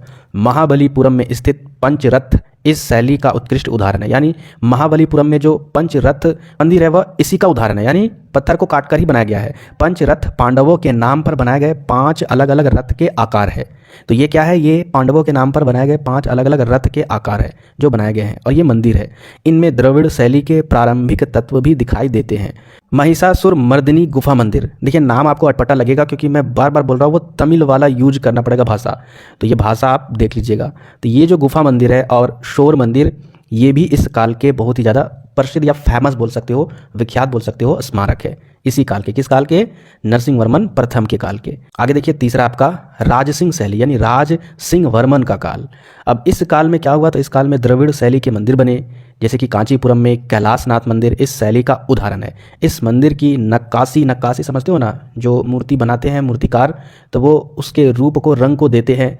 नक्काशी मतलब नक्शा देते हैं, तो वही चीज़ है नक्काशी और खूबसूरती बहुत ही प्रसिद्ध है। ये जो मंदिर है ना, ये एक ऐसा मंदिर है जिसकी नक्काशी और उसकी जो खूबसूरती है बहुत ज़्यादा प्रसिद्ध है। इस काल में मंदिर का निर्माण योजनाओं के साथ किया गया और इन पर धार्मिक कथाओं की मूर्ति कला भी बनाई गई। यानी यहाँ पर जो मंदिर बनती थी वह एक योजना के तहत बनती थी। योजना समझते हो, पूरा रणनीति के अनुसार बनती थी, और साथ ही साथ इन पर जो धार्मिक कथाएं होती थी उसकी भी मूर्ति कला बनाई जाती थी। चलिए आगे देखते हैं नेक्स्ट आपका अब मूर्ति कला का विकास। मूर्ति कला का विकास कैसे हुआ? पल्लव युग में मूर्ति कला का बहुत विकास हुआ। इस युग की मूर्तियों में प्रकृति या प्राकृतिक, सजीव और अभिव्यक्ति के भाव दिखते हैं। यानी इस काल के मूर्ति को देखने से, मूर्ति कला को देखने से कहीं ना कहीं लगेगा कि ये एक नेचुरल मूर्ति है, और ऐसा लगेगा कि इसमें सजीव है, और ऐसा अभिव्यक्ति आपको महसूस होगी कि लगेगा कि हाँ वाकई में ये बहुत ही अच्छा मूर्ति कला है। मैं आपको इसलिए ये सारी चीज़ें बता रहा ताकि आप एग्जाम में शब्दों को बना सकोगे, लंबे तरीके से लिख पाओगे। अब इसमें देखिए बहुत सारे उदाहरण भी है, जैसे कि महाबलीपुरम में अर्जुन की तपस्या नामक शिल्पकला इस युग की प्रमुख कीर्ति है। यह शिल्पकला, एक शिल्पकला का मतलब होता है हाथों से बनाया हुआ कोई कला। कोई भी चीज़ आप बना सकते हो हाथों से, मूर्ति हो गया, बर्तने हो गए, या कोई भी चीज़, तो उसी को शिल्पकला बोला गया है। एक विशाल चट्टान पर बनाई गई है। ये जो यहाँ पर बोला गया ना अर्जुन की तपस्या, यानी अर्जुन तपस्या करते हुए एक हाथों से बनाया हुआ शिल्पकला है जो इस युग के लिए बहुत ही ज़्यादा फेमस है। और यह जो शिल्पकला है वह एक विशाल चट्टान पर बनाया गया। ऐसे चट्टान होगा और इस चट्टान के ऊपर अर्जुन तपस्या कर रहे होंगे, ठीक है, तो इस टाइप से यहाँ पर बनाई गई होगी। और उसमें गंगा का उतरना, ठीक है, यहाँ पर उतरने की जगह पर कुछ दूसरा शब्द था जो टफ था, मैंने इसको आसान किया। यानी इस तरीके से गंगा बह रही होगी, उतर रही होगी, और अर्जुन की तपस्या हो रही होगी। उस टाइप से जो शिल्पकला थी वो बहुत ही ज़्यादा विख्यात थी। इसके अलावा देवताओं, अप्सराओं, गंधर्वों और मनुष्यों की मूर्तियां धार्मिक और सामाजिक जीवन को दर्शाती है। शिव, विष्णु, दुर्गा और अन्य देवताओं की मूर्तियां भी पल्लव मूर्ति कला का मुख्य उदाहरण है। अब आते हैं चित्रकला और संगीत में। तो पल्लव युग में चित्रकला और संगीत का भी बहुत विकास हुआ। महेंद्र वर्मन प्रथम ने चित्रकार पुल, ठीक है, उधर का ही भाषा है, आप इसको ऐसे ही पढ़िएगा। तो इन्होंने ये जो यहाँ पर नाम लिखा गया है, इस नाम से अपने को संबोधित किया, जो उनके चित्रकला प्रेम को दर्शाता है। यानी चित्र के नाम से ये अपने नाम को बताया, जैसे होता है ना आप अपने आप को संबोधित करते हो कुछ दूसरे नाम से, उसी तरीके से इन्होंने भी यहाँ पर इस नाम से अपने आप को बताया। क्यों? और इससे यह पता चलता है कि हाँ वाकई में ये चित्रकला से प्रेम करते थे, इसलिए ये नाम से ये अपने आप को संबोधित किए। इस युग में भित्ति चित्रों यानी जो दीवार पर चित्र बनाए जाते थे उसका भी विकास हुआ, जिसमें धार्मिक और पौराणिक विषयों को चित्रित किया गया है। और उस दीवार पर कैसे कैसे चित्र बने गए हैं, धार्मिक से रिलेटेड, पौराणिक विषयों से रिलेटेड चित्र। संगीत में यजुर्वेद और सामवेद के आधार पर धार्मिक गायन और भजन की भी परंपरा को यहाँ पर बल मिलता है। यानी संगीत के तौर पर वहाँ पर क्या होता था, जो धार्मिक गायन होते यानी जो भजन होते हैं तो यजुर्वेद के या फिर सामवेद के भजन होते थे। चलिए आगे देखिए, शिक्षा और साहित्य के क्षेत्र में भी विकास हुआ। पल्लव वंश या फिर पल्लव काल शिक्षा और साहित्य के विकास के लिए भी जाना जाता है। कांचीपुरम एक प्रमुख शैक्षणिक केंद्र था। कांचीपुरम जो था वह शिक्षा का केंद्र था, जहां भारतीय उपमहाद्वीप के साथ साथ दक्षिण पूर्व एशिया से भी विद्यार्थी आते थे। सोच लीजिए, बाहर से भी यानी विदेश से भी भारत में शिक्षा ग्रहण करने के लिए आते थे। संस्कृत और तमिल भाषा को संरक्षण दिया गया था यहाँ पर, यानी संस्कृत और तमिल भाषा दोनों को यहाँ पर संरक्षण दिया गया था। संस्कृत में मत्त विलास प्रहसन जैसे नाटक महेंद्र वर्मन प्रथम ने लिखा था। यानी ये जो नाटक है वह संस्कृत में ही लिखी गई थी और लिखने वाले कौन थे, महेंद्र वर्मन प्रथम। यह नाटक धर्म और समाज पर व्यंग करता है। व्यंग का मतलब होता है धार्मिक चीज़ों से समाज को नुकसान पहुंचाना, यानी धर्म में ऐसे ऐसे चीज़ों को, यानी धर्म का सहारा लेके समाज को बांटते जो नहीं है, तो व्यंग का मतलब होता है यही दोनों चीज़ों के गलतियों को उजागर करना। तमिल साहित्य में नयनार और अलवार संतों की भक्ति कविताओं का संग्रह मिलता है, और जो तमिल साहित्य है उसमें नयनार अलवार संतों के जो भक्ति कविता है वो सारी चीज़ें वहाँ पर मिलते हैं। ठीक है, तमिल के जो साहित्य हैं। अब दक्षिण भारत में पल्लव वंश के द्वारा, उनके इतिहास के द्वारा या फिर उनके सांस्कृतिक उपलब्धियों के द्वारा क्या क्या इनके धरोहर में प्रभाव हुआ वो देखिए यहाँ पर। तो पल्लव युग की कला और संस्कृति का प्रभाव न केवल दक्षिण भारत में बल्कि दक्षिण पूर्व एशिया के देशों जैसे कि इंडोनेशिया, थाईलैंड और कंबोडिया पर भी पड़ा। महाबलीपुरम की वास्तुकला ने आंगकोर वाट और अन्य मंदिरों के निर्माण को भी प्रेरित किया। यानी महाबलीपुरम की जो वास्तुकला थी, जिस तरीके से वहाँ पर मूर्तियाँ बनाई गई थी, उसको देखकर और भी जगहों पर प्रेरित होकर अन्य मंदिरों का भी निर्माण हुआ, अन्य मूर्तियों का भी निर्माण हुआ। पल्लव शासकों ने समुद्र मार्ग से व्यापार और सांस्कृतिक संपर्क स्थापित किए। और पल्लव शासकों ने क्या किया, दक्षिणी एरिया में जो समुद्री मार्ग था उससे व्यापार और सांस्कृतिक संपर्क स्थापित किया, अपने संस्कृति को दूसरी जगह पहुँचाया, दूसरे देशों में। अब आते हैं निष्कर्ष के तौर पर, क्या आपको लिखना है। तो पल्लव युग भारतीय कला और संस्कृति के इतिहास का स्वर्णिम युग था। इस काल में धर्म, वास्तुकला, मूर्तिकला, साहित्य और शिक्षा के क्षेत्र में जो योगदान हुआ वह आज भी प्रेरणा का स्रोत है। महाबलीपुरम, कांचीपुरम और अन्य स्थलों पर पल्लवों की रचनाएं उनकी सांस्कृतिक और कलात्मक उपलब्धियों का प्रमाण है। यह युग भारतीय इतिहास में एक ऐसे काल के रूप में जाना जाता है जिसने संस्कृति और कला को नई ऊंचाइयों पर पहुंचाया है। क्वेश्चन क्या आपका, चोलों की राजनीतिक और सांस्कृतिक उपलब्धियां, इसके बारे में आपसे क्वेश्चन पूछा जा सकता है, क्योंकि पिछले साल ये क्वेश्चन नहीं पूछा गया है। पल्लव से पूछा गया लेकिन चोलों से नहीं पूछा गया, तो हो सकता है आपके एग्जाम में आ सकता है। तो चोल वंश दक्षिण भारत का एक बहुत ही प्रसिद्ध और शक्तिशाली राजवंश था, यानी ये दक्षिणी भारत का बहुत ही फेमस प्रसिद्ध राजवंश था। इनका शासन लगभग 9वीं से 13वीं शताब्दी तक रहा था। चोल शासकों ने न सिर्फ अपने राज्य को बहुत बढ़ाया बल्कि कला, धर्म, साहित्य और प्रशासन में बहुत बड़ी उपलब्धियां भी हासिल की थी इन्होंने। इसलिए चोलों का समय भारत के इतिहास में बहुत खास माना जाता है। अब इसकी राजनीतिक जो उपलब्धियां है एक एक करके समझते हैं। सबसे पहला क्या है, एक बहुत बड़ा और संगठित राज्य इन्होंने स्थापित किया था। यानी चोल शासकों ने एक बहुत बड़ा साम्राज्य बनाया जो दक्षिण भारत से लेकर श्रीलंका और बंगाल तक फैला था। खासकर राज चोल और उनके बेटे राजेंद्र चोल ने बहुत से युद्ध जीतकर राज्य को बड़ा किया। उनका प्रशासन मजबूत और लोगों के लिए लाभदायक भी था, यानी इन्होंने बहुत ही बड़ा साम्राज्यवाद किया था। राजनीतिक उपलब्धियां इनकी थी। दूसरे नंबर की अगर बात करें, शक्तिशाली नौसेना, यानी समुद्री सेना जो थी इनकी वो बहुत ही ज़्यादा शक्तिशाली थी। चोलों ने एक बहुत ही मजबूत नौसेना बनाई थी। उन्होंने समुद्र के रास्ते श्रीलंका या फिर मलेशिया और इंडोनेशिया तक विजय प्राप्त की। इससे उनके व्यापार और प्रभाव दोनों बढ़ गए। समुद्री जो सेना थी उसकी मजबूत के आधार पर इन्होंने श्रीलंका, मलेशिया और इंडोनेशिया तक विजय प्राप्त करके अपने व्यापार को बहुत ही तेजी से विस्तार किया और समुद्री रास्तों पर चोलों का पूरा नियंत्रण था। इसके बाद तीसरे नंबर की अगर बात करें, अच्छा प्रशासन और व्यवस्था, यानी इनकी जो प्रशासन व्यवस्था थी बहुत ही अच्छे तरीके से थी। चोलों ने राज्य चलाने के लिए बहुत ही अच्छा और व्यवस्थित तरीका अपनाया। उनके राज्य को जिलों, गांवों में बांटा गया था, यानी इनके राज्य को जिलों में और गांवों में बांटा गया था। गांवों में लोग खुद पंचायत के जरिए निर्णय लेते थे। यह अपने समय में बहुत ही उन्नत प्रशासन व्यवस्था थी। जैसे आज के टाइम में गाँव में भी मुखिया होता है, उसी टाइप से उस समय में भी थी। और इसके अलावा जिला में भी जिला अधिकारी होते हैं, जिला प्रशासन व्यवस्था होती है, तो उसी तरीके से यहाँ पर भी थी, प्रशासन व्यवस्था बटी हुई है। इसके बाद देखिए फोर्थ नंबर, विदेशी संबंध और व्यापार, यानी इनका जो विदेशी संबंध और व्यापार जो था बहुत ही बेहतर था। यानी चोलों का व्यापार समुद्र के रास्ते चीन, अरब और दक्षिणी एशिया के देशों तक था। यानी विदेशी व्यापार में चीन, अरब और दक्षिणी एशिया के साथ इनका व्यापार संबंध था। उनके बनाए बंदरगाहों से बड़ी मात्रा में सामान बाहर जाता था। इससे राज्य को खूब पैसा मिलता था और चोलों की पहचान विदेशों तक भी बनी। तो अभी हमने देखा राजनीतिक उपलब्धियां, अब हम लोग देखते हैं चोलों की सांस्कृतिक उपलब्धियां, जैसे कि कला, धर्म या फिर साहित्य से जुड़ी हुई जो तरक्की इन्होंने की। तो सबसे पहले नंबर पर अगर बात करें भव्य मंदिरों का निर्माण, अब भी अगर आप जाइएगा दक्षिणी एरिया में, दक्षिणी भारत एरिया में, तो मंदिर के अगर मुकाबले में देखा जाए तो उत्तरी भारत से बहुत ही ज़्यादा दक्षिणी भारत में मंदिरें हैं, बहुत ही भव्य मंदिरें।